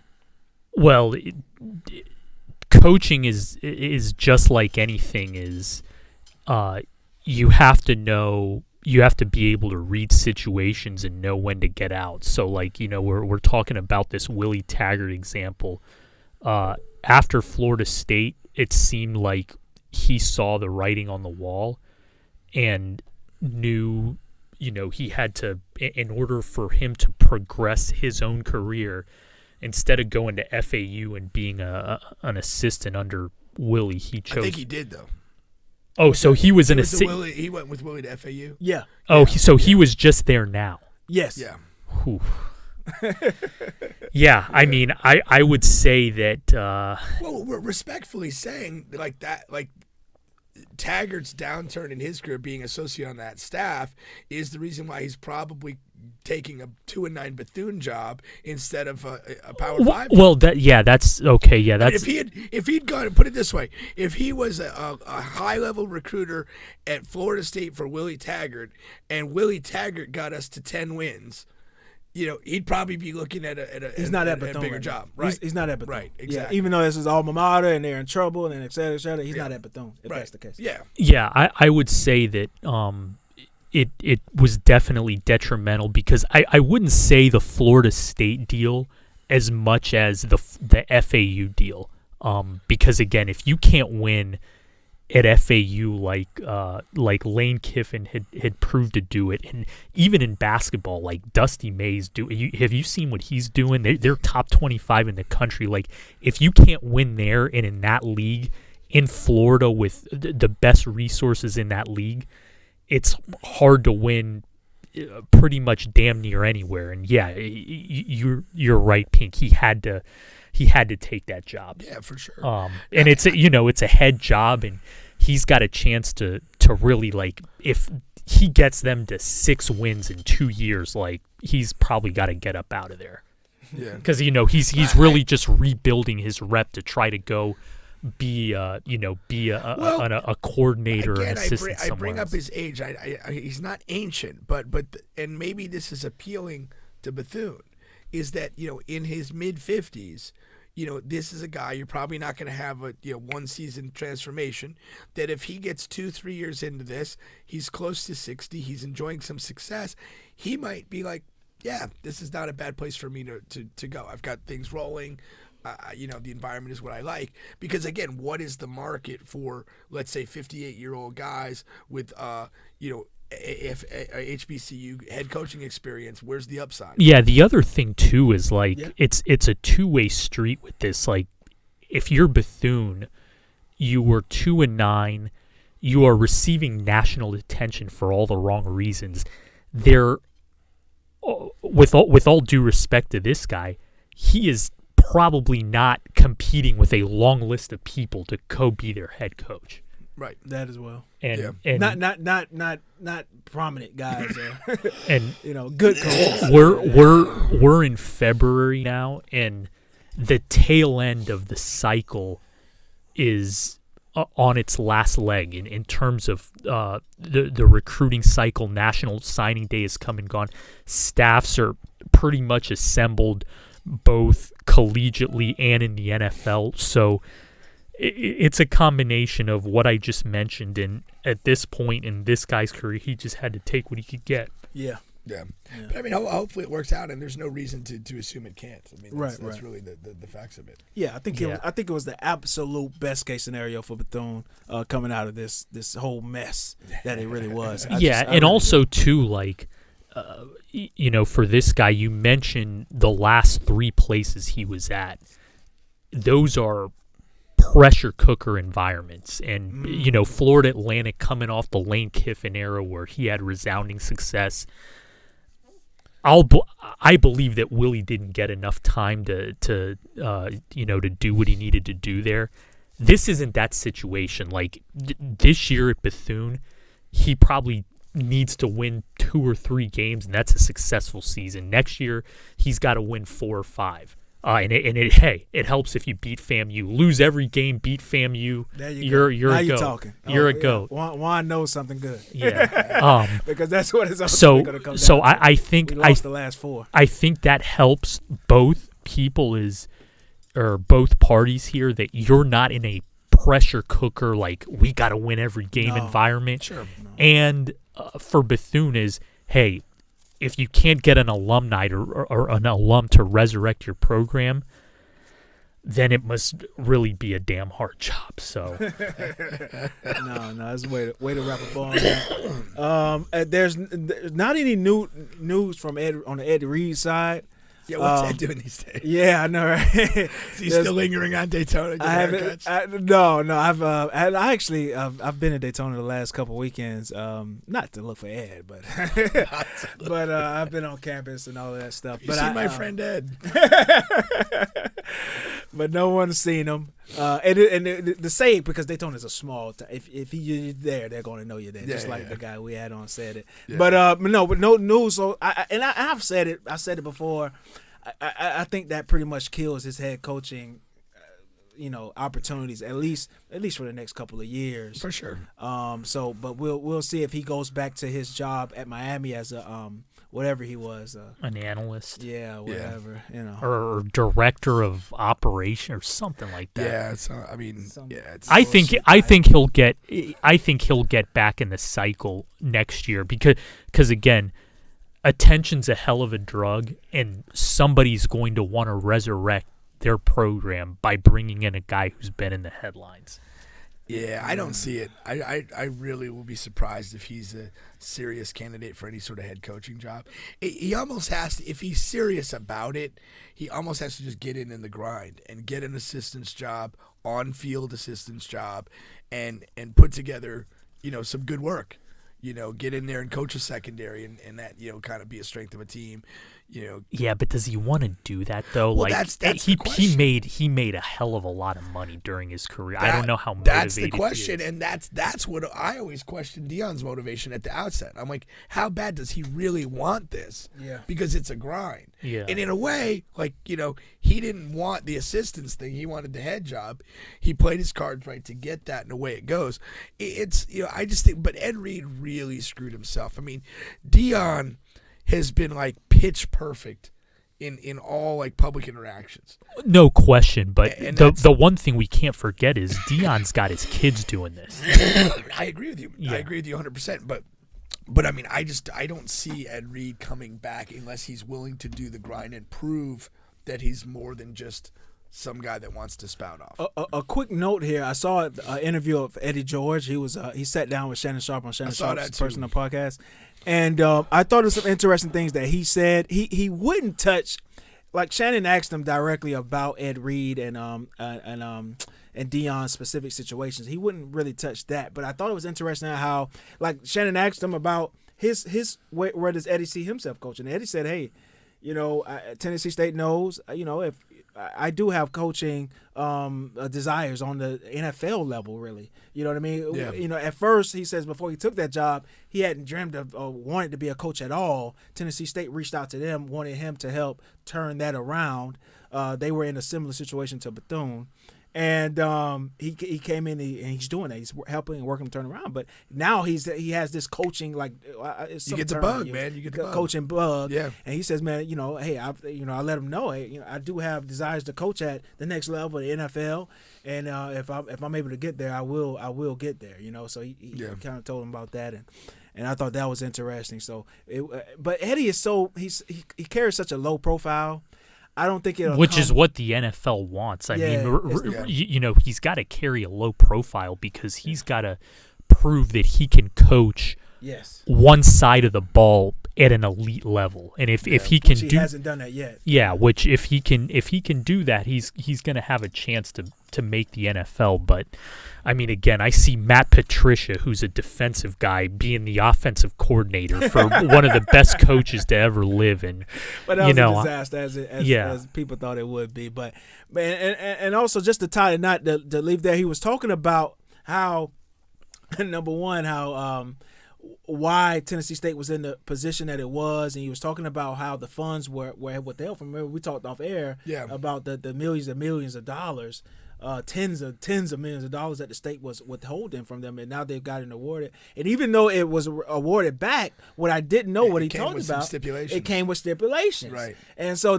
I'm thinking, okay, I was telling Pink off air, okay, they're getting all this money back. Now they're going to be able to spend it on a football program and this and that. But Eddie was saying on the podcast, the state is telling them, well, you can only spend this money on pre-existing buildings. You can't spend it where you want it to go, a football program and a science department, whatever. It has to go to pre-existing buildings, and that's just a hawk of BS. But these are the things that happens to HBCUs, and the reason why is a lot of them are in the conditions they are, along with certain mistakes that certain people in leaderships make as well. I just thought that was interesting. Yeah, no, it was a very interesting interview, and again, how the allocation of that money is controlled. Yeah, and just kind of wild. Yeah, it is. All righty, well, we'll hold it at that. I have a 76ers Boston Celtics second half to catch. Yeah, second half just tipped off. Let me see who's winning right now. Last time I checked, it was Boston. Boston is up by 8 in the third quarter, so I'm going to go catch that and hopefully root for a comeback here. No other notable games on right now. So Dallas Clippers on tonight at 10, so looking forward to that one. You think Kyrie plays tonight? He shouldn't he? But Luka, but they say Luka's out. Luka's out, yeah. Yeah, I like Yeah, I think Dallas, if Kyrie plays, I think Dallas gives the Clippers a hell of a run just because Clippers are first game back off a long Eastern road trip. So yeah, Clippers favored by 7.5. That's kind of crazy. Yeah, well, I took the 8, so. All righty, then. We'll catch you guys next week. We're out.